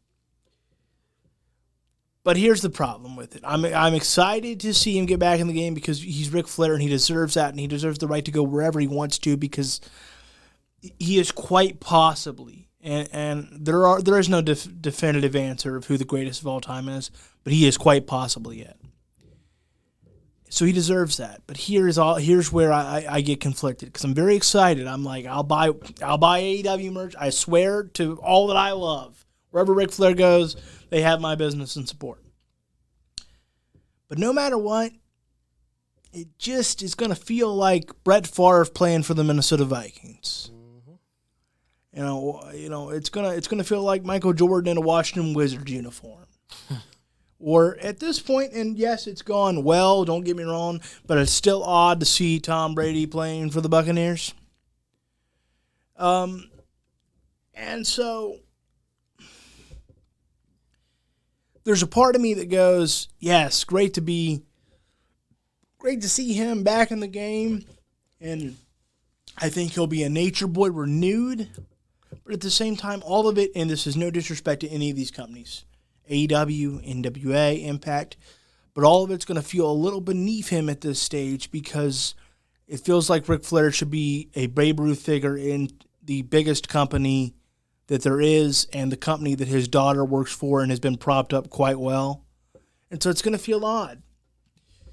So what say you, Mr. Napper? What is, because he is Ric Flair. He will always be Ric Flair. Amen. But he is 72 years old. He has had a multitude of health issues in recent years. Granted, he's been doing well for the last year or two. But he nearly died not all that long ago in grand scheme. What is the best fit for him now? Does he fit in AEW? Again, we just talked about you getting a little crowded if everybody's coming to AEW. I don't think he fits in AEW. I really don't. I can see him in a million different places in AEW, but as you pointed out, they're getting kind of crowded. I don't think that's best for the wrestling world. Unfortunately, his other two options, not that spotlighted as AEW is, so he would kind of be taking a lesser role, but I'd love to see him in, well, I should say 3. I know there's one spot you would love to see him in. That's the NWA. Absolutely. Why not? He built the damn thing. But I think if he goes to an Impact or an ROH, I think both of those would probably pan out. I'd love to see him to go to ROH and reignite that fuel with one Jay Lethal. That would be fantastic. Now, I don't know who the ownership hierarchy of ROH is, but when he first started to branch outside of the WWE in 2009 after his retirement, he went to ROH for like an appearance or two, and it didn't go well.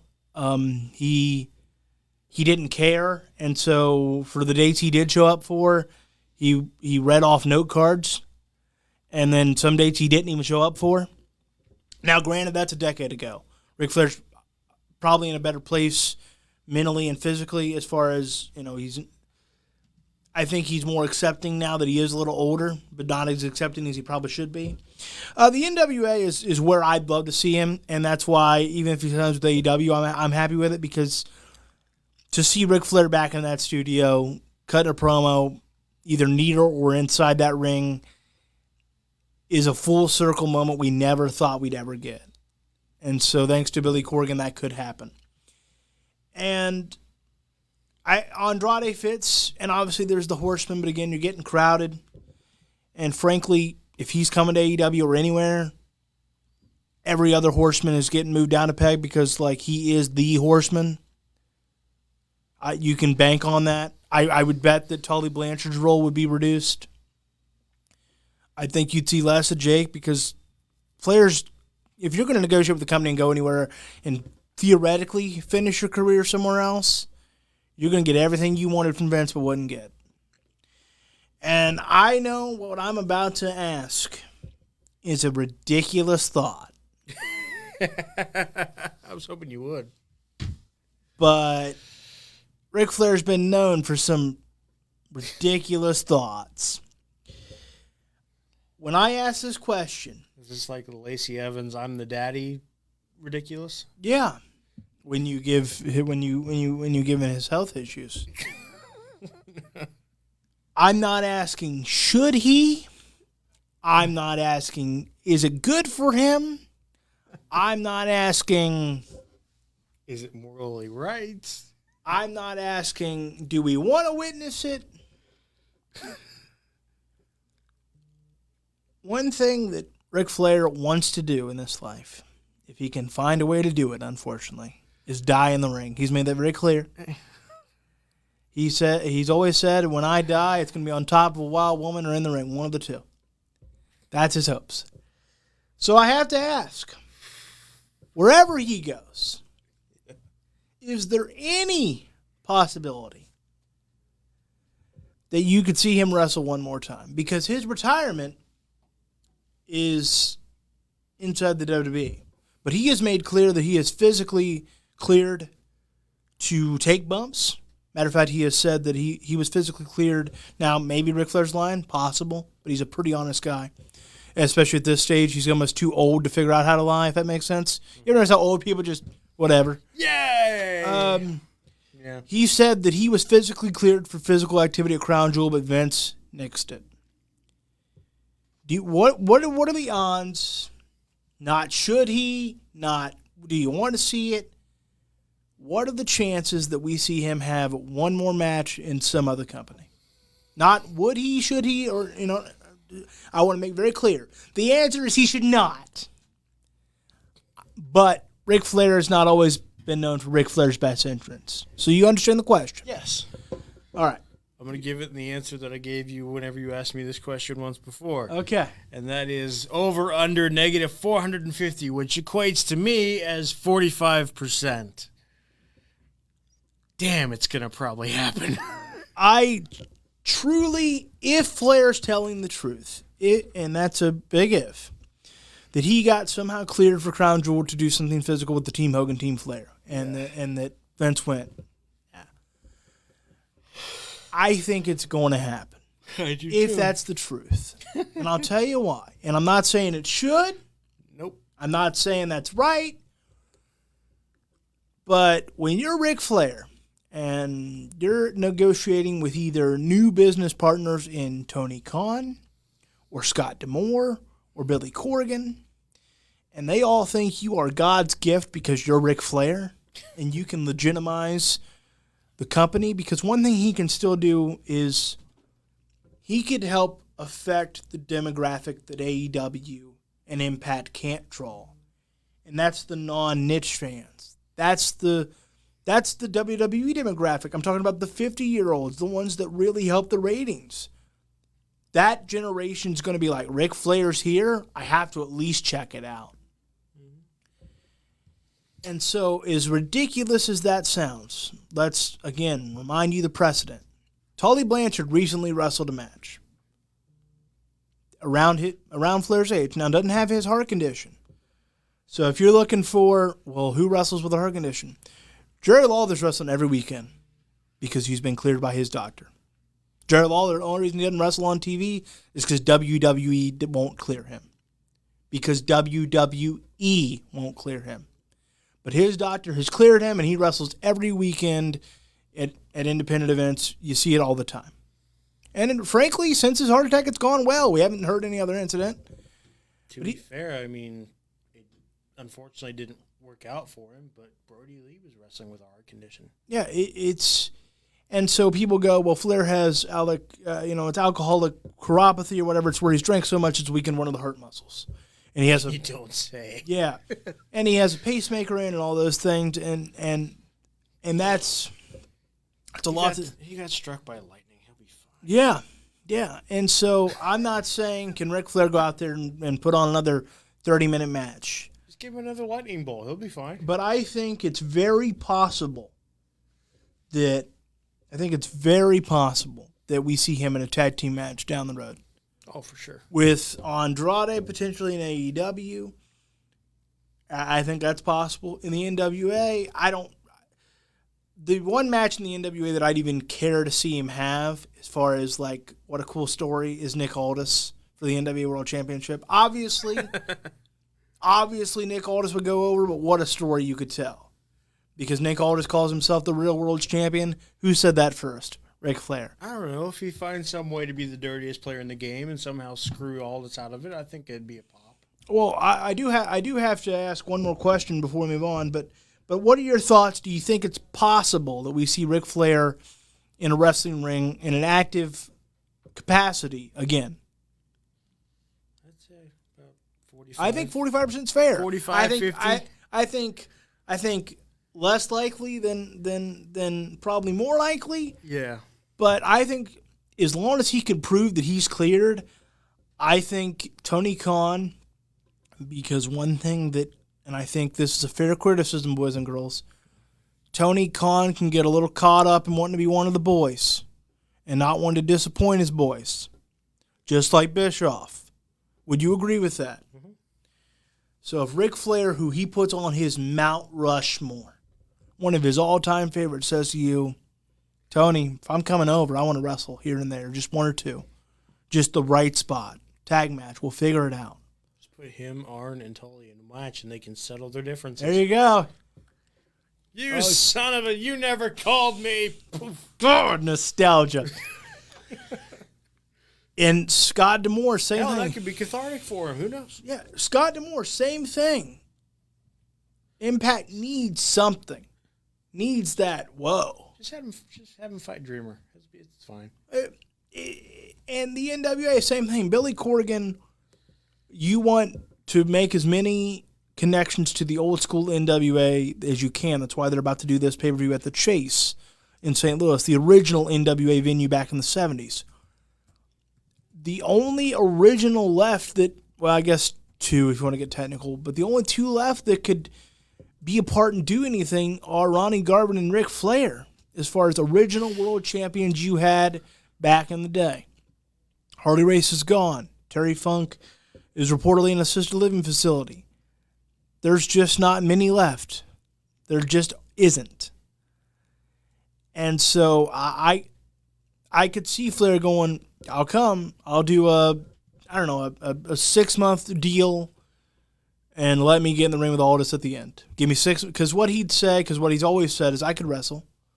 I need 6 months. If you ever heard Flair talk in recent years, he goes, oh, I could do it. Just give me 6 months to get in shape and to be the best possible condition he can be in at this stage. I think that's what you do. I think, because no matter what, whether we want to see it, whether he would look good, there's more value in any wrestler if they can still wrestle in some capacity. That's why when people were like, man, they're trying to hold Daniel Bryan down and just let him be the GM.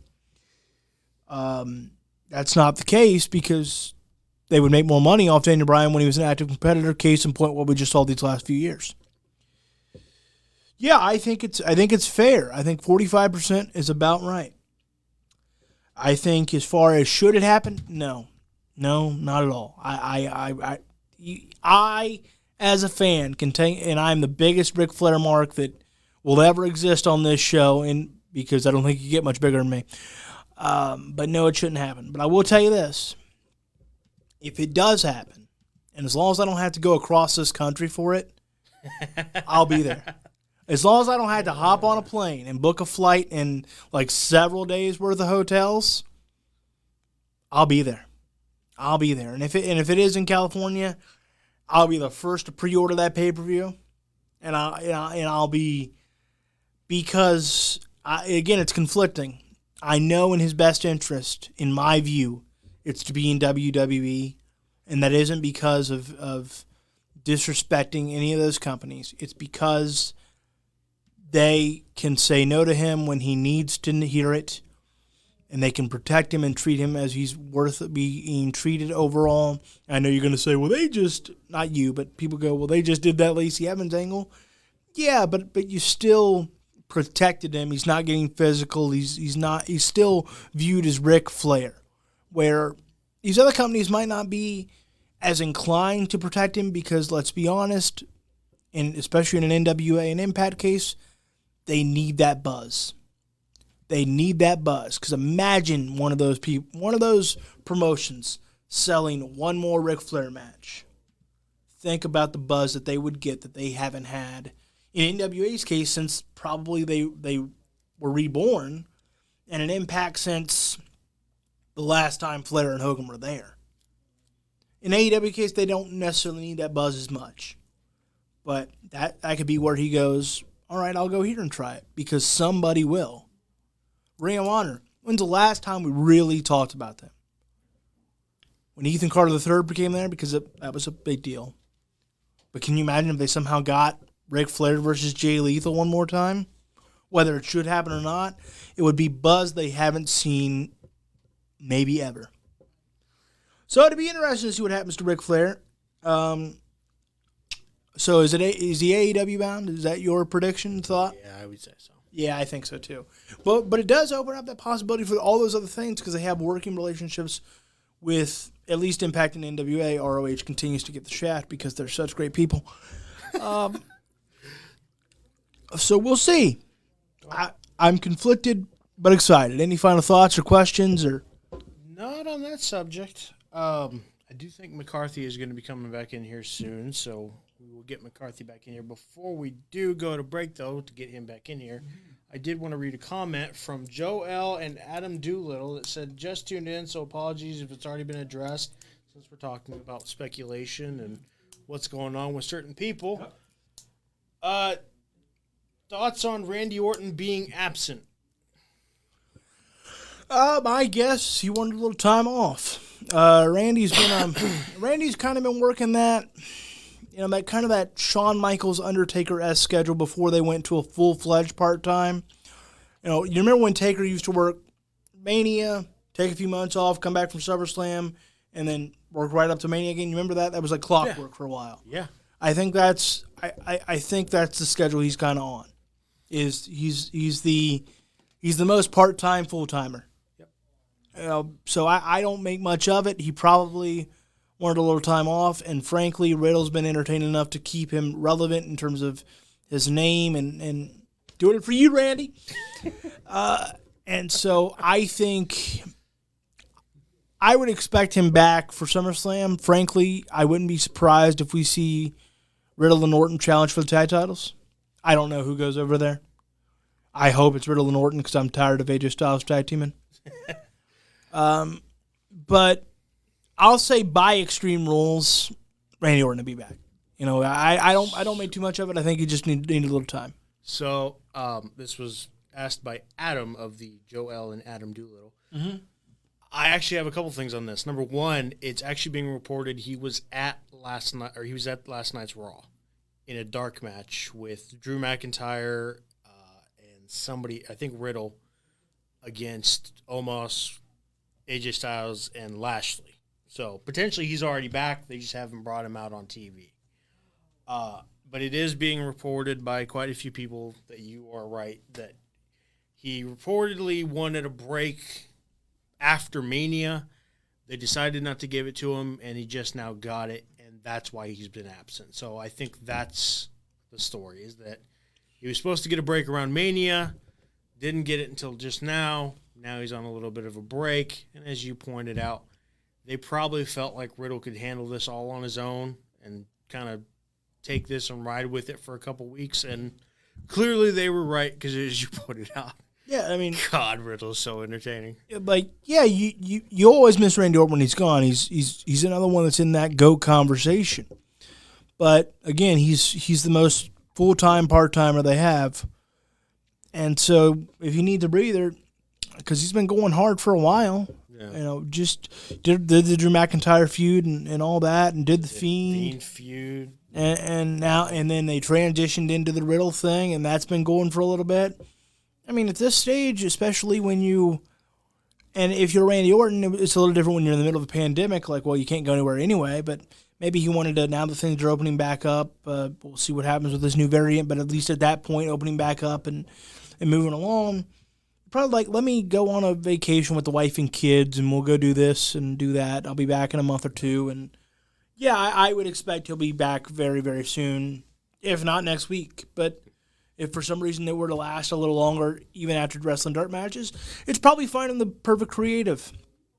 Well, and like the point you brought up, they're probably going to have a match against Omos and AJ Styles for the tag titles. They've had Riddle get beaten up for over the last couple of weeks by the tag team champions. Yeah, I have a hard time believing they're not going to see that through with Randy Orton at some point coming back and surprisingly making the save on Riddle. Yeah. That's a weird statement. Yeah, God. Randy Orton is now making saves at this point in his career. Oh, gosh. Odd. Indeed odd. But yeah, I would imagine that's where they're going with this because I have a hard time believing they would just have that happen for no legitimate reason unless that's the match they were going to have. And there he is. So, hey, let's go to break. All right, so what we're going to do is we're going to take a break, and then I dragged it out as long as I could, and so we're going to plug some merch. 7 on the dot. And now when we come back, You got a little long-winded. we're going to talk about Chris Jericho. All right, let's do it. We'll go to break.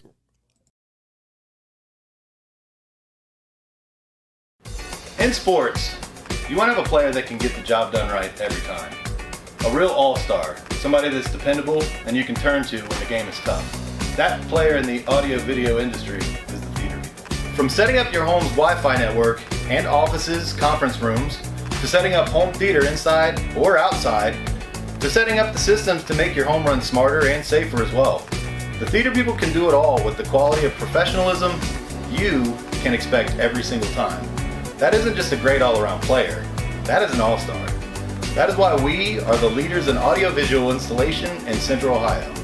So call us at 614-604-6327 or check out our website at ttpcolumbus.com to figure out which products will fit you. And don't forget, amplify your personality with the theater people.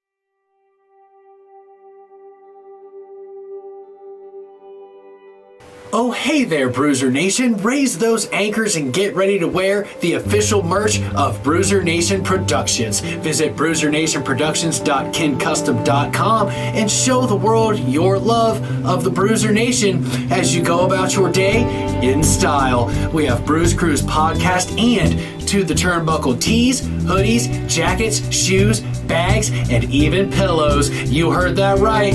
Pillows. That's bruisernationproductions.kincustom.com. Once again, bruisernationproductions.kincustom.com. And remember, Bruiser Nation, stay good, because I'm always good.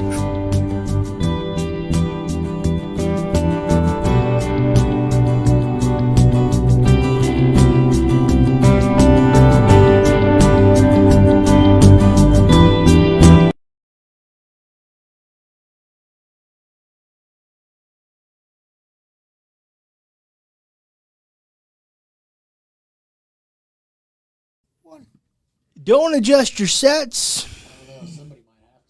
Oh yeah, I guess I should. Well, I guess I should recognize that you are. pop your head on over here, buddy. He's back. Hi. And so if you thought, why is Logan extra long-winded? We were waiting to see if he was going to make it back for the final hour. Because nah, don't do that. You're too old I'll for be that. nice to you.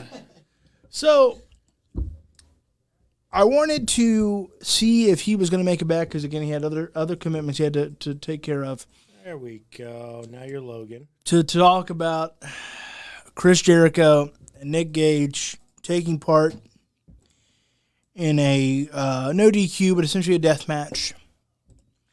Mr. Napper, I would like your thoughts on that match before I unload. Go ahead. So, my thoughts on that match. I've not particularly been a fan of death matches to begin with. I understand it's a niche for some fans. Sure. Not really my thing. I thought it was gruesome and aggressive and way too much for like, I've seen some stuff that they've done for AEW that I thought was maybe a little too far on television. This was way too far on television. If this was a pay-per-view match, sure, fine. Probably still wouldn't have really enjoyed it because it's just not my thing. I enjoy like hardcore wrestling, but not to this extent. But this just seemed over the top. And that, to me, that's why I don't particularly enjoy them sometimes, or for the most part, is because they're just so over the top that it's like, you're just doing it just to do it now. So it just got to be so graphic. There's like, okay, what's the story here? I get it. It's a death match. They're aggressive and everything, but like, where's the story here? JF money. That's the story. Oh, he failed. He failed. Chris Jericho in the 5 Labors of Jericho, MJF gives you $10,000. Oh, see, I didn't know that. Why? Because I'm stupid. Oh. I don't know. But continue. Oh, yeah. I Great. just wanted to throw that Thanks in a there. lot. That's the story. Okay. He gets an extra 10 It still was aggressive. I will say, I'm sure, what was it? Not Pizza Hut. Domino's really enjoyed that promotion. Actually, they did not. I heard. Yeah. That just added to the, like, really? Yeah. Really? Well, they did a bang-up job of helping it work out that way. Whoever's in production needs fired. I mean, really? No, Because they don't. He pushes a button. I'm He just- doesn't load the commercial. The corporation and the TV network loads the commercial at the specific spot because the salespeople sell those spots. Okay, media professional. Yeah, exactly. All right. Is it my turn now, young man? Yeah, go ahead. Okay. I want to start out by being completely open and transparent. I've watched death matches. I've enjoyed death matches. But this was, when I say death matches I enjoyed, I meant more the old school Cactus Jack, Terry Funk, Abdullah the Butcher. I'm not a big fan of this modern day death match thing where there's light tubes and glass and like where you're, because Cactus Jack and Terry Funk, even though they mutilated each other in Japan with bombs, the story was obvious between the two that it was like a father and son mentor, and it was almost who could out hardcore the other. And obviously now Mick has some regrets on that now that we know what where Terry Funk is at currently. So I want to be transparent with that in terms of I have watched deathmatch wrestling. I have enjoyed deathmatch wrestling. I want to make that abundantly clear. I've always enjoyed Abdullah the Butcher matches because I thought it told the right story for what Abdullah the Butcher goes for. But this, in my opinion, was entirely too far for a multitude of reasons. Number one, deathmatch wrestling is its own kind of cult culture that you want to see them do. I don't want to see Chris Jericho do that. That's beneath him. He's an icon. He might be the greatest ever. It would be like Ric Flair or Hulk Hogan doing a death match. Even if they somehow did it well, and overall Jericho did it well, you find yourself going, what are you doing? You're Chris Jericho. And I found myself doing that. With Nick Gage, you look at Nick Gage and you expect that from him. Because frankly, that's the vibe he gives you. That he's, if this would have been Eddie Kingston, it's tough to complain. He gives you that same vibe. Chris Jericho's an icon. He's a legend. He's a Hall of Famer in almost everything he does. He's a rock and roll star. But this was sad for him because what are you doing? That's not who you are. Only Terry Funk has ever managed to transition to that style and do it with some dignity and grace. And if you're AEW, frankly, and I know he'd probably shoot me to prove his point, but I'd say it to his face, what are you doing promoting this lowlife? Why is Nick Gage on your television show? You're on national television. And I'm not taking away from what Nick Gage has done. He has managed to make himself a niche name, and he's probably more notable than I'll ever be. But I don't understand why you as a promotion want to promote a guy that gets in there with David Arquette, almost goes rogue and tries to kill him by own admission. You want to promote a guy that robbed a bank and has drug addiction issues. And I'm not putting down drug addiction issues. That's America. We all have problems. But you've made clear that you're the moral high standard by saying that Hulk Hogan isn't welcome there because he made racist comments or could be a racist depending on your perspective. You take shots at Saudi Arabia every chance you get because it's blood money. And yet Nick Gage, a guy who flatlined and died in a ring for 8 minutes, you're going to promote that on your national television program. I'm appalled by that because he has no business, number one, being on national television. Number two, he damn sure has no business being in the ring with Chris Jericho. Jon Moxley, you can kind of live with because you told the story. Eddie Kingston has that look and vibe. This is an icon. This is Chris Jericho, might be the greatest of all time. And you're in there with this guy, and you're rolling around in glass, and you're smashing light tubes. This company, who has done great things for the business, and they're better individuals than Vince McMahon, is allowing light tubes to be smashed and potentially poisonous fumes to be in their venue. Like, what happened to you? That's beneath you. That's beneath what you're shooting to be a legitimate competitor to the WWE. And you're showing that on national television? On pay-per-view, that's one thing. You could show boobs and really wouldn't care because I paid for it. On national television, you have Chris Jericho, one of the greatest of all time, mutilating himself with this guy that looks like I could kick his ass. This guy's in his early 30s. He looks 60. He's got no business being on national television. He's got none. And all you GCW fans out there, and again, I can enjoy that to a certain extent, but that doesn't mean that I can also enjoy biscuits and gravy, but I don't want them on my pancakes. There's a different time for a different place and a different mindset. Meaning that biscuits and gravy can get a little messy and covered. You wouldn't want to combine them with the WWE or AEW. It is been done before though. Sure. Sounds good. Biscuits and gravy on pancakes? In my opinion, it's good sausage gravy. It covers anything. Look, I love a good sausage gravy. You gotta. I think it is a low light in the career of Chris Jericho. I think it is a low light in AEW to promote it on national television and act like this guy remotely is, at least from what we can gather from Dark Side of the Ring, a decent individual. And then you say that Hogan's not welcome, or, well, those Saudi blood money. When you hire and promote a guy like that, you're not in any better standing. Because I'll take Hulk Hogan and his racist remarks over a bank robber, over a guy that's done prison time. And instead of saying, I'm sorry, it's just part of the gimmick, brother. I just don't vibe with that. I know you didn't get a chance to watch the match, McCarthy, so I'll let you kind of marinate for a second.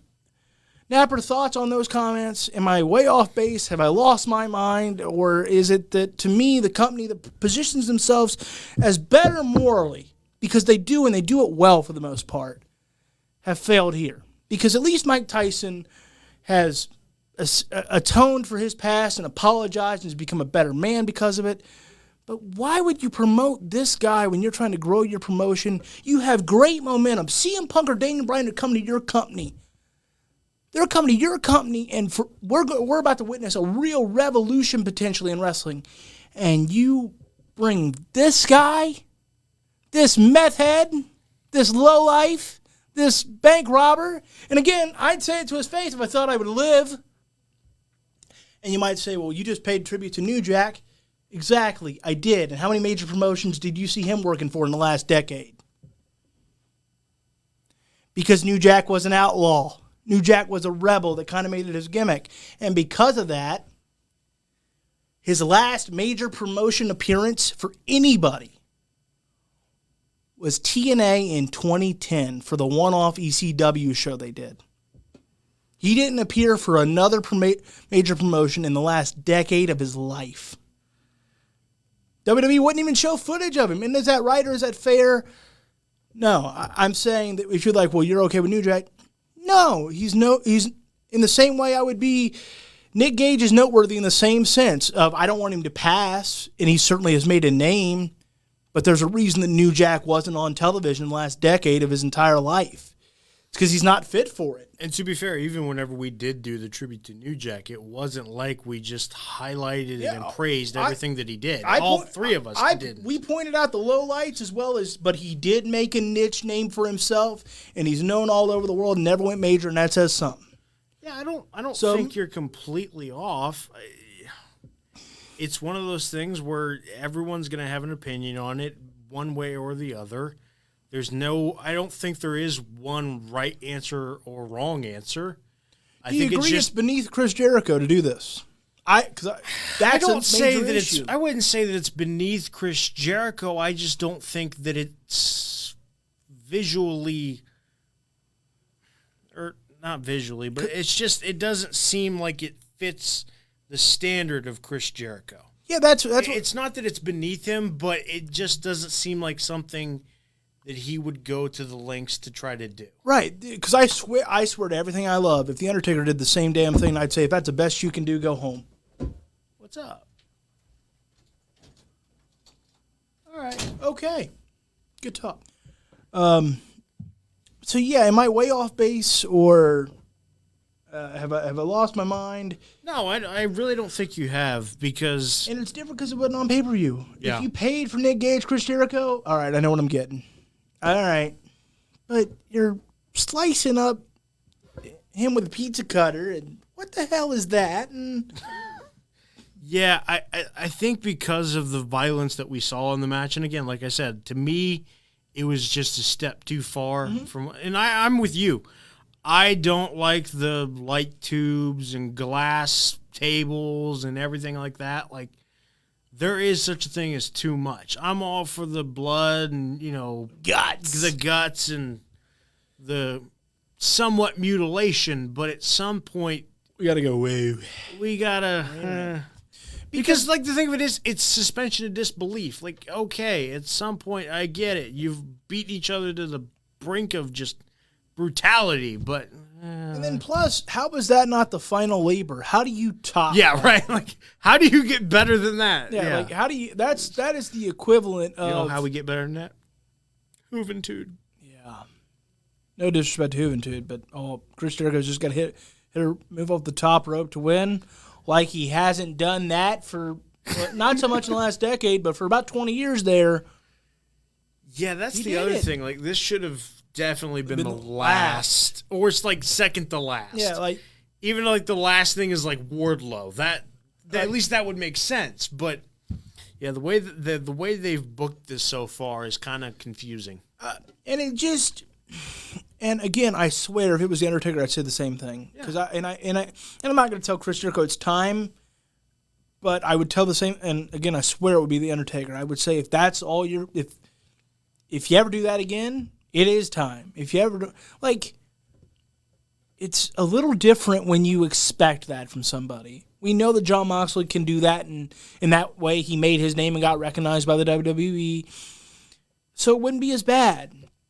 Eddie Kingston does have some personal issues in his history that would make some level of sense that, he's going to compete like that. Plus, Chris is 50. Yeah, it's... Like, you are potentially risking shortening your career already. And your life, frankly, if a piece of glass lands in the right place. Far more than jumping off of a cell on and landing, like, and I guess to some extent, I can respect Chris for getting out there and doing it. Yeah. Because that is, I mean, at 50... It's pretty ballsy.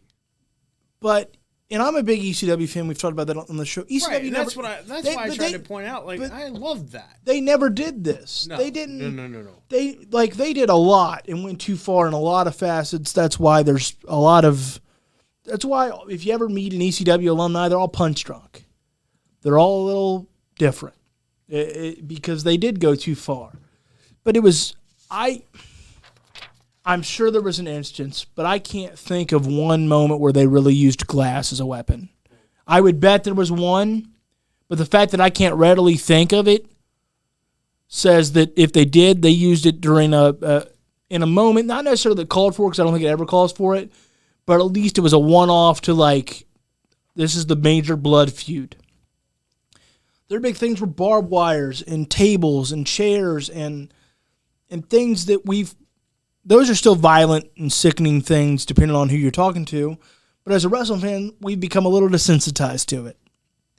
And so to see glass, the only other major promotion to use glass in any form was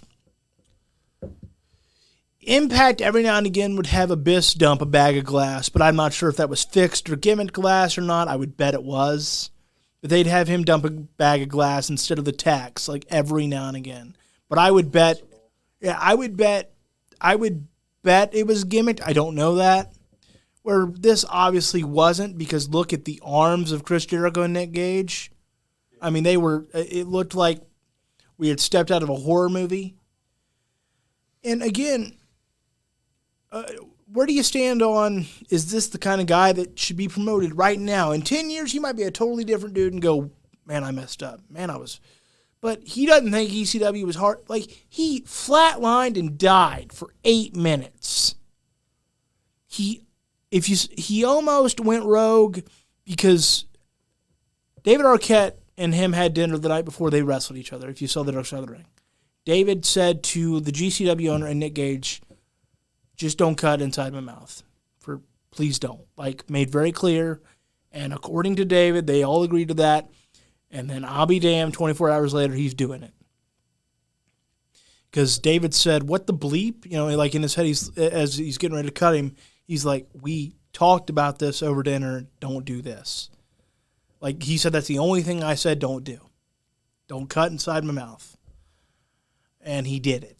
So where do you stand? Am I correct in believing that, at least for now, maybe Nick Gage in 5 years is a different person? I believe in redemption. I believe in change. I'm not condemning him forever. But I'm talking about right now, based on what we know.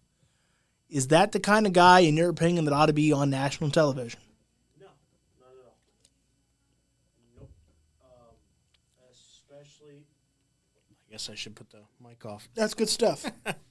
But no, I don't think so, especially with everything that's, like you just said, the guy seems like he has kind of that no remorse attitude, and maybe I'll apologize for it later, maybe I won't. And to me, that's just poor business in general. But you talk about all these other things that it has gone wrong, and I'm with you. I also believe in change and second chances and stuff like that. But when a guy's not willing to admit to his mistakes and not willing to atone for his mistakes, it's kind of hard to say that he deserves these opportunities and that he deserves this spotlight when he's not willing to take that leap to make up for the things that he's probably done wrong in his life, and has no, like, if you have no regrets for it, fine. That's one thing. Business. But when you don't openly admit that they were wrong, that's another thing. It's, again, I think it's very similar to New Jack. New Jack kind of reveled in that outlaw persona. And for that, he is remembered in some ways fondly, but in other ways, you notice that not a major promotion ever really batted an eye about his passing. Because you live by the sword, you die by the sword. Yes, he's an icon in a hardcore and extreme way, but he did some very, very screwed up things to individuals in the ring, and that is a part of his legacy that he reveled in, but hurts him overall, and that's why he doesn't get more recognition and never will, because he didn't have regrets. We saw, if you watch his Dark Side of the Ring, how he wanted his life to go. And to some extent, we went, oh, New Jack. But there's a reason that he's viewed kind of the way he is. He's a similar kind of cult hero. And I don't have anything against New Jack at all. But at least New Jack seemed to kind of understand that, all right, I made my choices. That's it. Because he didn't seem to have wanted anything to do with any major promotion. A few comments that my phone's had trouble loading them, so I apologize that I haven't gotten to them, but I see them for a second here. Joe says if Flair goes to AEW, the mortal lock will be with Andrade, feud with either Arn or Tully, and end up in a tag match, so won't have to do much but get a hot tag, few woos and chops, and get out. See, I'm thinking the same thing. I just think that if Ric Flair gets signed by another company, he wrestles for that company. Yeah. Like he points out. Maybe a figure 4, and that's about it. I think he could do the fake, strut and then fall. Yes, you could do it clockwork. Arvin says Rick will sign with AEW. He also says the Bray will sign with AEW. And Joe and Adam Doolittle, we appreciate that you dig us. We dig you. So please keep commenting. Again, if I haven't gotten to them or Napper hasn't gotten to them, it's just because we haven't seen them. Every now and again, you can have technical issues with Facebook. All right, so let's move it. Zuckerberg. Damn you, Zuckerberg! Damn you! Please let us keep streaming. Please. We love you, Zuckerberg. We love you. All right. We don't love Zuckerberg. All right. Who drinks water that way? I do. The Elite defeated the Dark Order in a 10-man tag match. This is what I was talking about, though. This is exactly what I was talking about. Go ahead. Give me your thoughts. It was way too, I know the old shtick is, it was too flippy. But it was too flippy. Too flippy. It was all over the place. It looked like they didn't care. Yeah, the beginning of it was just all over the place. It was fast, which is not always a bad thing, but man, it was just like, what the hell are we doing? This was the laziest I've seen the Elite since their indie days. What'd you think of the entrance? Hated it. I did too. Hated it. I know you're spoofing Space Jam, and I get that. I haven't seen the new one yet. Either. But I get that. But, I didn't want to watch the Street Profits play basketball, and I don't want to watch you play basketball. That's exactly the first thought I had. Is why are you just reminding me what the Street Profits did, a year ago? I don't want to be reminded of that. By the way, here's how quickly time goes. 1 year ago today, Shane McMahon introduced Roll Underground. But, nonetheless, I hated the entrance. I hated the match. Save that for a pay-per-view, I think. If you're going to do gimmicky entrances, I expect that when I'm watching WrestleMania. Yeah. Or some of these other big pay-per-views for WWE. Save it for a freaking big pay-per-view. I just thought it felt like they didn't care. It felt, like I said, well, let's go out and get our stuff in. And this was the laziest effort I've seen from the Elite since their indie days. Because it got to the point where, they were, especially with Shakara and things like that they were reveling in the reputation and kind of the worst parts of themselves as far as the things that they get criticized for. And this felt like a blast back to that. Would you agree? Yeah. I have no idea what they're doing with the Dark Order and Hangman Adam Page. I thought their entrance was fairly cool. I wish we could just go ahead and say he's the new leader, or at least they kind of already did, or at least directly say he's a member now. Well, in the name tag, it just said the Dark Order. They didn't say Dark Order with Hangman Adam Page. So maybe they did. Maybe. He's going to get kicked out, though, eventually, because they got a guy coming in, or two guys coming in that could probably take his spot. It's true. Let me ask that question. Quickly, what is the best thing for CM Punk and Daniel Bryan to do?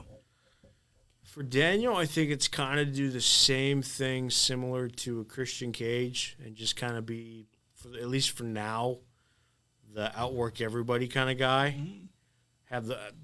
To be honest, put them together, have them have the best of 7 for right now if you really want to. I think that'd be cool as hell. And there is history there because CM Punk walking out, and again, I know that all of us have different opinions on that. I know that McCarthy and I especially do. CM Punk walking out led to the Daniel Bryan surge. Yeah. Because it was CM Punk that at the very least was scheduled to face Triple H at WrestleMania 30. And now, would that have turned into the championship triple threat? Don't know. But I'm saying because he walked out, that created that. And so you could tell a story based on that, because you could have Punk come out as a heel and go, the only reason you ever became nationally known is because I quit. And you could go right there. Yeah. And tell an incredible story and kind of keep similar to it, not in match quality, but in terms of the, keep Undertaker and Goldberg with part-timers, so have them face each other. Not that it worked out, but I'm saying you can't say, well, they got a belt right away. And you could have a similar thought there. All right, back to AEW as far as the show goes. Ricky Starks had a championship celebration. Nice to see for the first, it took him a year, but nice to see the FTW championship start to feel like it matters. Because it just felt like literally, and that's all belts are in wrestling, I know, but literally it just felt like a prop for a year. Thoughts? Yeah, I agree. It did seem like they actually are taking it seriously. We'll see how it goes in the future, but at least they acknowledged it for at least a segment. Yay. Yay. All right, FTR defeated, Santana Ortiz. Why? I don't get it. Why? I don't get it. Why? I don't understand it. I don't either. I don't get it. What are we doing? Why is this not your top tag team? I don't understand it. They have it in spades. I know. Someone tell Tony Khan that. Where's Jason? He ran out. Somebody tell him. Oh, we hope Jason's all right. Maybe you got to go to the bathroom. No, I saw the Sean Anthony kind of motion for him. Okay. So that's what probably those teaching duties. We'll work all that out and figure out how to let him be not let him, but we'll work around his schedule and figure out how to make sure he's still a full-time member of the cast here. Yeah. Santana and Ortiz deserve better. Not that FTR doesn't, but That's why, we had the whole conversation about the Young Bucks and them dropping the title and stuff like that. This is why you have two of your top tag teams battling each other every single week, and it doesn't seem like it's going anywhere. What are we doing with these teams? because the Elite is so, and that includes the Young Bucks, that are obsessed with the Dark Order and Hangman Page right now. Yeah. Why didn't we have a best of 7 FTR Young Bucks? They're the two, billed as the two best tag teams on the planet. What are we doing? It's there. That's why they need to get the belts off them, because you need to give these tag teams something to do again. Yeah, something to chase. They just have it. They're just We because haven't seen the Varsity Blondes do hardly anything. The Acclaimed haven't been doing anything for God knows how many weeks at this point. man, I love the Acclaimed. I do too. I love the Acclaimed. I do too. And despite my criticism of the Young Bucks, which go far and wide, you have never heard me take away from their talent. No. Because they are quite possibly the It has best nothing to tag do with team on their the planet. talent. It's just the fact that you could be giving an opportunity to these other tag teams so much if you just take the belts off a team that isn't even using them. Yeah, I'm not even as, believe me, I'd love to see them off the Young Bucks because, again, executives shouldn't hold the belts at the same time, essentially. And right now, Kenny Omega and the Young Bucks do. But it's even if they hold the belts, it's tell me a story. Yeah. Sell me the feud. Instead, you and Kenny Omega have fallen in love with each other again, and that's it. Okay, but you have your championships, and he has his championship. So what are we doing? Because, and then frankly, I can kind of say the same thing about Gallows and Anderson. Yep. Think about how hot they were when they left the WWE. And we thought, man, what a great pickup for Impact. And it was for a while. For a couple months. And now it's like, and yes, I know they just got the belts back for Impact, but it's baffling to me that we're just gonna essentially say what you want, but the Elite is quickly becoming kind of a knockoff NWO-esque thing, because the NWO surrounded around Hogan, no matter what anyone else was doing. And yes, it worked for a long time, but how'd it pan out in the end? You're elite. You're elite. Everybody's elite.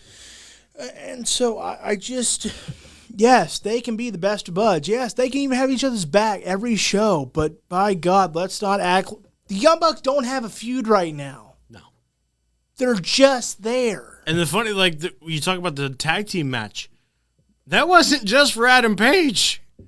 There was an opportunity for tag team titles on the line And there. nobody cares. And nobody cared. All they care about is Adam Page. And rightfully so. I mean, the guys deserved it. But there was an opportunity on the line to have a tag team match, and we just completely squandered that too. And instead of Hangman Adam Page probably getting that opportunity he deserves, stop me if you've heard this before through another company, part-timers or at least big names that don't currently work for the company are going to come on in and get it. And while I don't have a ton of issue with that because everyone knows I'm a fan of Brock Lesnar, I'm a fan of Goldberg, and I said, well, they're the bigger draws. I get it. Is Brock Lesnar going to come back and take the belt off Kenny? I mean, with his Viking-like beard. Again, the more people that depart, the more Vince goes, all right, scratch him out. Scratch him out. Break glass here, break glass there. I'll be damned. I have an emergency. All right. So that's all. Like I understand that I've been very clear about Goldberg and Lesnar are bigger draws, so that's why they get those shots, and I've been consistent on that. But AEW fan base is not consistent on that. They don't agree with that, and that's fine. When we witness Daniel Bryan or CM Punk get this shot far quicker than they deserve, I want outrage. I want it. Yes, sir. Where am I going to get it? I will bring it. Far better than The Rock ever could. Amen, you overrated Hollywood A-lister. But what do you think? McCarthy going to give it? Because I saw nothing today. I know. I was disappointed. It depends who it is. If it's Daniel Bryan, no. If it's CM Punk, maybe. All right. Okay. If it's neither of them and it's somebody else that's a part-timer, then absolutely. So here's something I do like. What? Lance Archer Yeah, me too. is kicking some ass. Yeah. It's about damn time, isn't it? What'd you think of it? I popped at the beginning with the entrances. King Haku! That was so great. That was cool.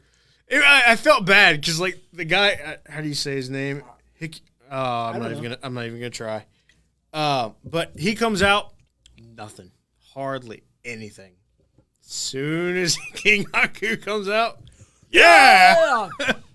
Like, wait, he's tied to that guy? Oh, okay, never mind. I like this guy. I like this guy. That's how you use a legend. That's how you use a part-timer and a...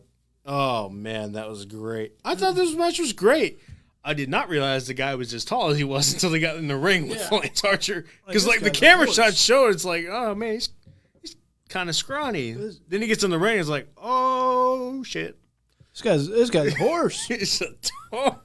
He's a tall boy. He's a tall drink of water. Yes, he is. I thought it was great. I enjoyed this. I love that they're finally doing something with Lance Archer. Finally. I have clamored, as you know. Yeah. Again, say what you want about me. Right or wrong, I'm consistent, people. Yep. I have clamored for this. I have clamored. So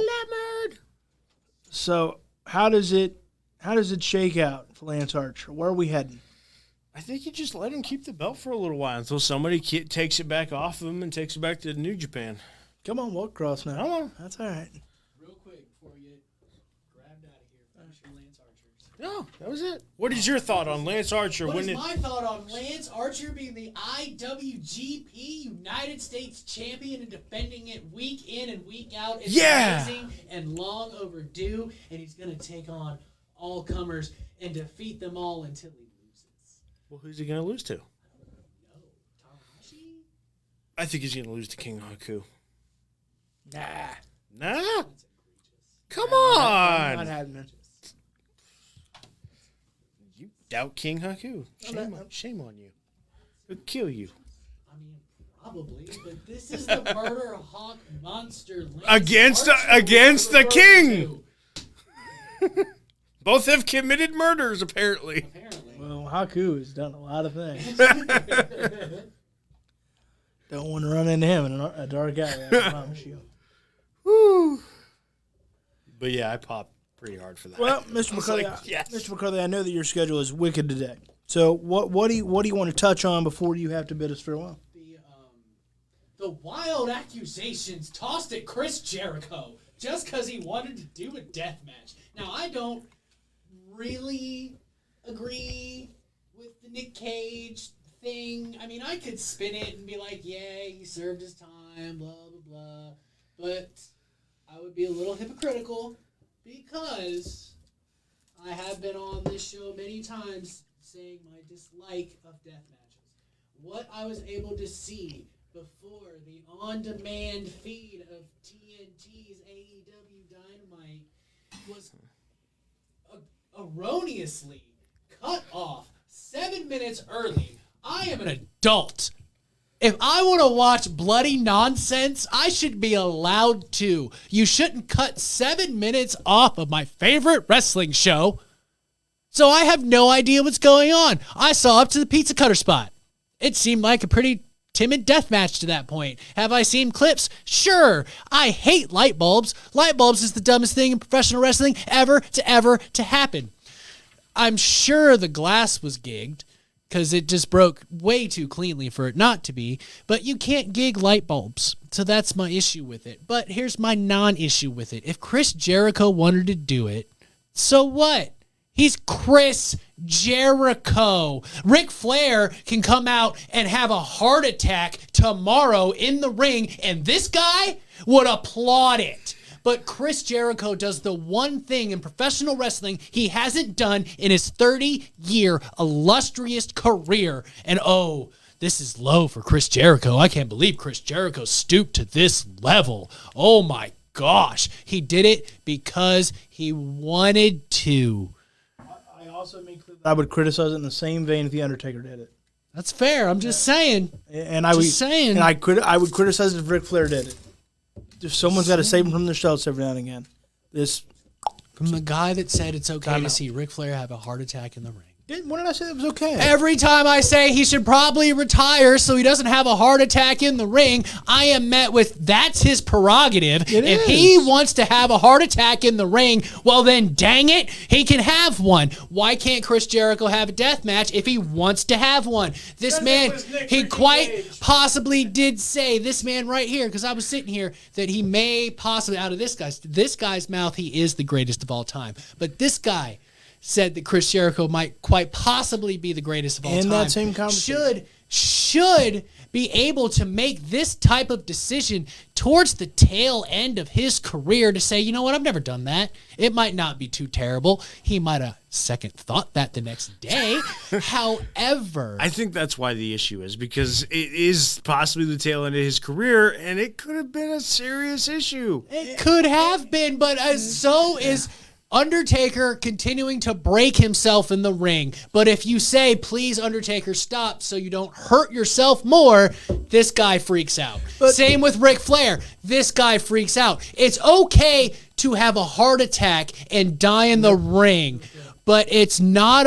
You said if that's how Ric Flair wants to go, then that's his right. It doesn't make it okay. That makes it okay in your eyes. That's not what I said. That's what you said. That's not what I said. It's okay to Rick. And so that it's okay to him, because he's not saying, you know what, that's probably a good idea. Maybe Rick shouldn't wrestle. No, he's asking him to sign with AEW and possibly wrestle. Sure. I saw it. But he could have a heart attack and die, and that's okay. I prefaced all that with saying he should not. He should not wrestle. Can I just say something? I prefaced it. You've shown more rage in the last 10 minutes than you ever showed on the other hour of this program. Well, I was trying. I didn't have that much rage the first hour. Well, because... And then I had to wait like 20 minutes teaching students to come in here and defend the honor of the almighty greatness that is the Ayatollah of rock and roller, Goldberg. That's terrible. I can't believe you did that. That was egregious. It's not about. It's about if it's been. There's a difference in Chris Jericho and Ric Flair, and what I mean by that is, frankly, Chris Jericho is more well adjusted, and he's a better guy, and he's aged more gracefully. We've already.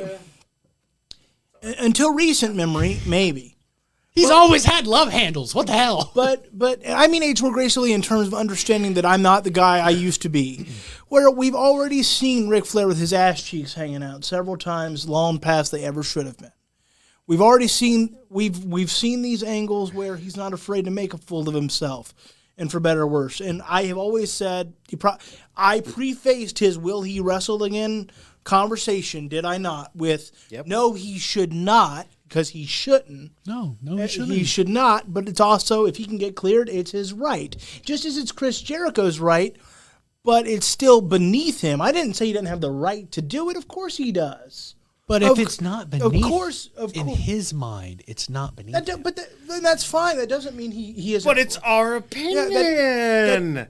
That's what this is about. This is about Chris Jericho. No one cares.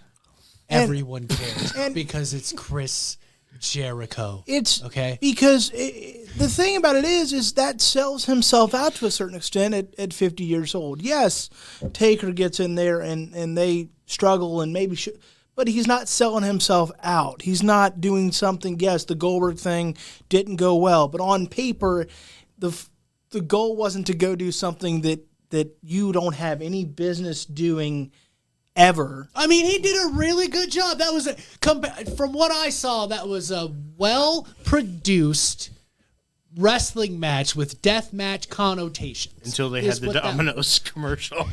That wasn't their fault. That was TNT. But they sell the spots. But by the end, and I challenge you to please go look at the last 5 minutes, both men are covered in a horrendous amount of blood. It looks like the scene from Carrie. And I promise you that you'll go, because unfortunately, and maybe it's unlucky because Jericho is the age he is, you'll go, Chris, you're 50. What are you doing? What are you doing? It at this stage of his career, when he set the bar so high, and if he wanted to try it, that is his right. I will still forever disagree with that airing on TNT, because that's not how you appeal to a single new customer. I don't care about 200,000 mouth breathers that might have tuned in. You're talking about the GCW fans? Yes. Okay. And if that's what you want to make sure we were on the same page. Because if that's what you want to appeal to as a network, you're not going to ever reach the revolutionary heights you're trying to. I have a question for you. Do you at least agree that should not have been the second match? Yeah, like what? We're sitting here saying, why was that the second match? How do you top it? You can't. Because they're topping it with Juventud. There's only one. No. The true way to top that is number 4 is Lance. It's not a death match, but it's a big deal. Lance Storm and Chris Jericho started their careers. You said together. Lance. I'm thinking Archer. Why would it be Lance Archer? But who the hell? You said Lance. You didn't specify. But who the hell wants to see Lance Storm in 2021? I do, because of the story behind him and Chris Jericho.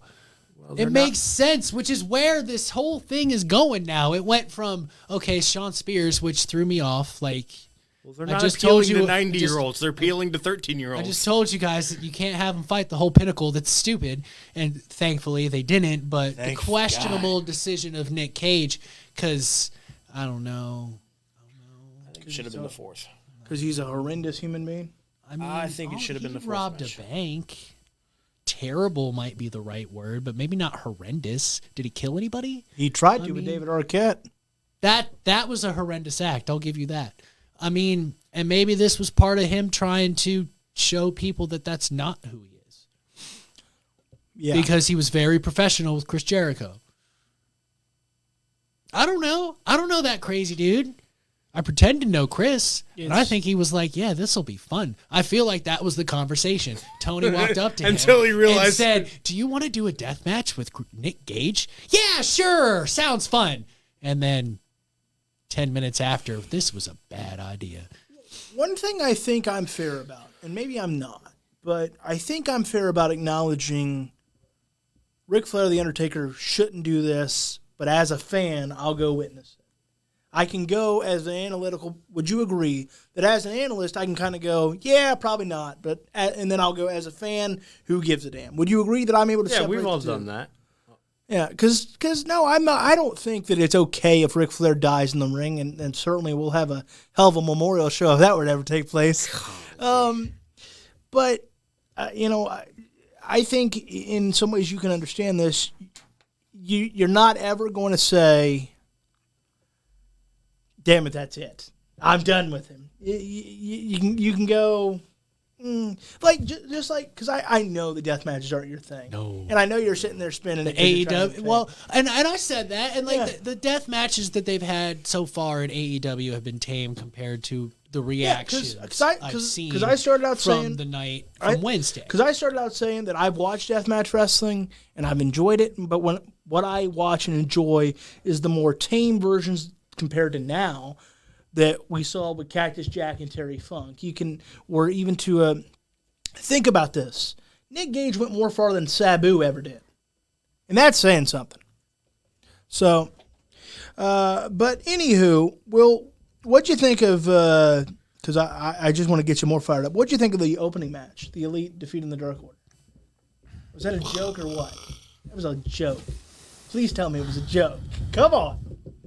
For once, their old indie ways kicked in and they didn't care, and it showed. You mean the dunking the basketball with Johnny Hungy? Although I mean, that was egregious. I mean, corporate synergy make that money.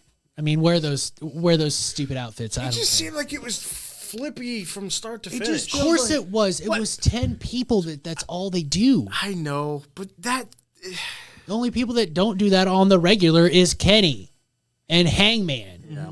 And Evil Uno. What did you think of the entrances? Did you think the Elite was stupid? I mean, yeah. Thank you. But I'm also a 37-year-old adult that remembers the good times of the Toon 37? Squad. I thought you were 90. Give or take. 37. Give or take.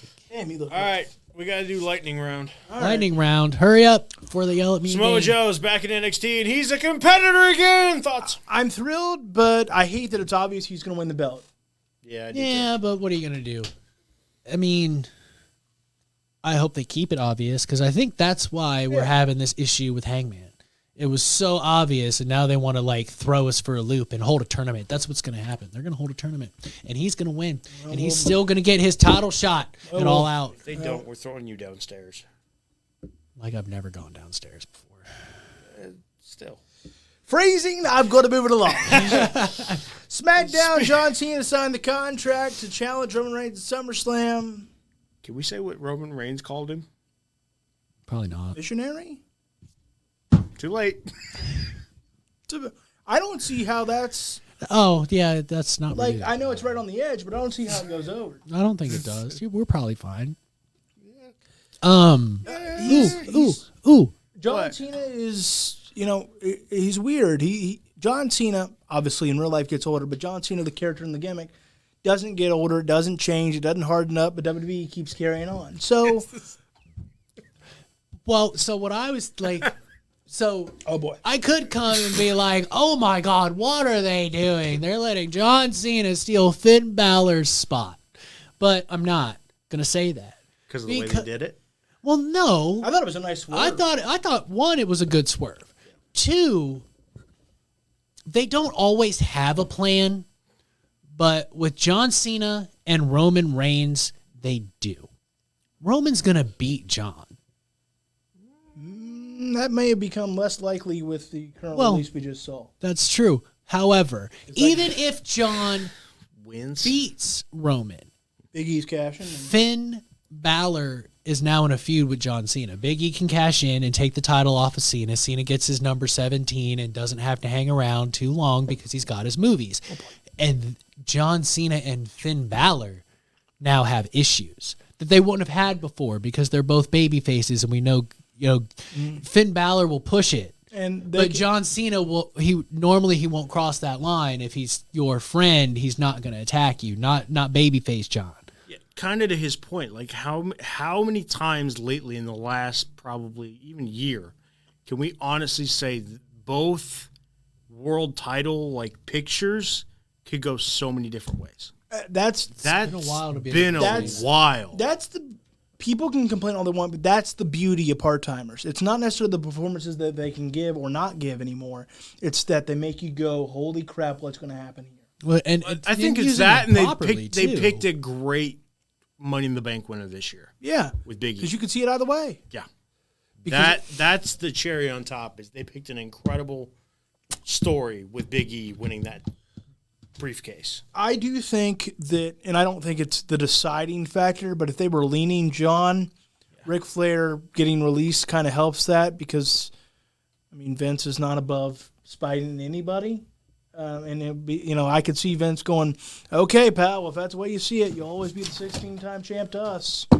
Was anybody else kind of sad that Corbin didn't get a chance to sign that contract? I'm kind of sad with this whole Corbin thing. Like, I wanted to see him sign it. They have completely butchered the last 2 years of Baron Corbin's career. But now they're trying to rebuild it. I don't know. I think it actually is pretty entertaining. It's different, it's new, and it's a way to get behind him after everything. Because sometimes, and I'll give them credit for this Corbin thing, because sometimes it's just, oh, okay, you're a good guy now. No reason, no earning it, no nothing. But Corbin's got to like earn 20 million times. But now in his Corbin's career. got to earn it. He's got to earn the adulation of the fans by falling to the bottom of the barrel. But here's why I'm To be upset fair, by John it. didn't steal Finn's. He stole Baron's. Here's why I'm kind of annoyed by it is they squandered a great opportunity when he retired Kurt Angle. That's the story you could have told and had real heat. Because he could have been taken to a different level, and no matter what, maybe the long way around gets him where he would have been, but we either are going where he could have been, which means we could have been there 2 years ago, or you're not going to reach that level and you're screwing it up more. So that's why I'm still upset by it. That's yes, fair. I'll give it a chance to see where it goes, but it's like this guy retired Kurt Angle. Let's not forget that. See what he needs. Yeah, that's true. They should have gone that route. But he needs to go this route and turn into a face lone wolf because that gimmick will get over as a face. We'll see. Maybe. All right, what do you think of Sasha returning and then turning face and heel same night? Why do you say? Pfft? I mean, she didn't turn face. She was already a face. Well, she walked away a heel. She walked away heel in that. And then heel-ish. Well, yeah, Okay. that's fair. And plus, it's not even if she walked away as a heel, she's just being a smart heel on Friday. You don't let your enemy know that you're going to jump them from behind. You make them think you're still friends. I would like to and then see you her jump on from Raw. behind. yeah, I don't know if she's really needed on SmackDown. She is kind of needed because they do need a heel to go up against Bianca Belair, but I really don't think Sasha's it. I've seen it once before. I didn't enjoy it whenever she was a heel against Bianca the first time. I really don't think they're going to convince me that it's going to work a second They time. didn't define her as a heel. Yes, she played the heel role in the match, but both of those women went into that match as the face. I know. So I mean, how are you gonna care? Yeah. So this is the best Sasha. We love cheering for Sasha, but let's not get it twisted. She's a better heel than she is as a face, like a lot of people. are. That's fair. We can say the same thing about Chris Jericho and Ric Flair. that we Very talked much so, about yeah. In this show a lot. All right, let's talk Monday Night Raw real quick. Goldberg reissued a SummerSlam challenge to Bobby Lashley. The match is now official. Then they started talking smack to Goldberg's kid. Thought that was a nice touch, and I love that. Damn, that kid has grown up. Yeah, he has. right? And I love that. I love that Goldberg used the K word that I'm sure he got a lecture about when he got back to the back, going, "We can't say kill because he went mess with my boy. I'll kill you." And I'm sure the Vince went, "Hey, pal, I don't mean to act like it's 12 years ago, but let's not do that again." Well, maybe he didn't know. As long as Goldberg he probably didn't say. To be Because fair, they've done a lot of things questionable lately. Yeah, but I mean, they've talked about John Cena in a missionary style of way. it's because it's the same over and over again. I know, but I've seen Drew McIntyre flipped off an attorney. I mean, and he kicked that attorney in the face. He did. And that guy was on AEW apparently at one point in time. And he was just showing off his sword. you mean just like one of the girls with MVP and Bobby Lashley? Mm-hmm. I couldn't believe So the two way people have pulled a rude. I mean, they might not be.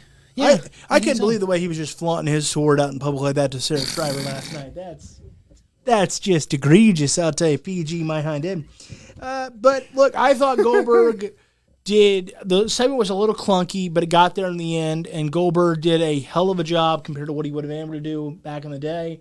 And they tried to hijack with the "We Want Wyatt" chants, and instead of getting lost in it like he would have, that's where he kind of paced himself, chewed his gum a second, like, all right, let's go back to work. And I thought it worked. Thoughts on the segment quickly? I agree. Do you think it worked? Yeah. Little clunky, but all things the considered, it got there. beginning made me cringe a little bit. Just a little bit. But like you said, once they tried to take over, because I think they could tell he was kind of like flummoxed a little bit. Yeah, and then they tried to insert themselves, and then he took that awkward, which worked out for him because he took an awkward like walk around, chewed his gum a second, and then got back to it. I think that was him and his going, all right, you've kind of let's get this on track. And so that's the kind of Goldberg would have never done that in '98. And he should have. Yeah, he should have been he could have been such a better promo because that was like Goldberg, everything, bam, bam, bam, you're done. Mm-hmm. Boom. That's it. Spear, jackhammer, 1, 2, 3, that's it. And that's how he did his promo style. And I always thought that hurt him the most. I just have one question. Who the hell is next?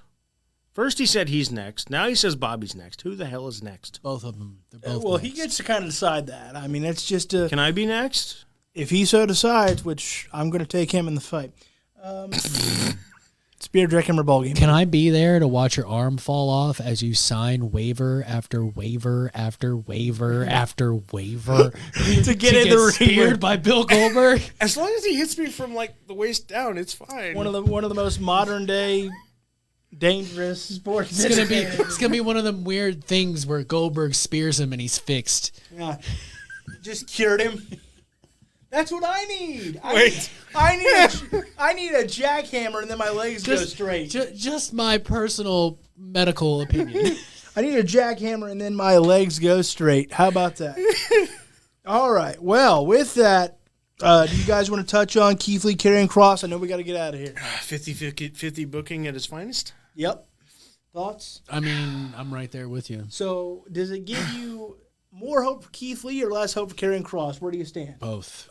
Both. Neither. I'm going to say both. It gives me more hope for Keith them. Lee, but less hope for carrying Cross. All right. I get what they're setting up for because they're going to have him lose the title and he's probably going to go on some rampage because Jeff Hardy screwed him over. Keith Lee screwed him over.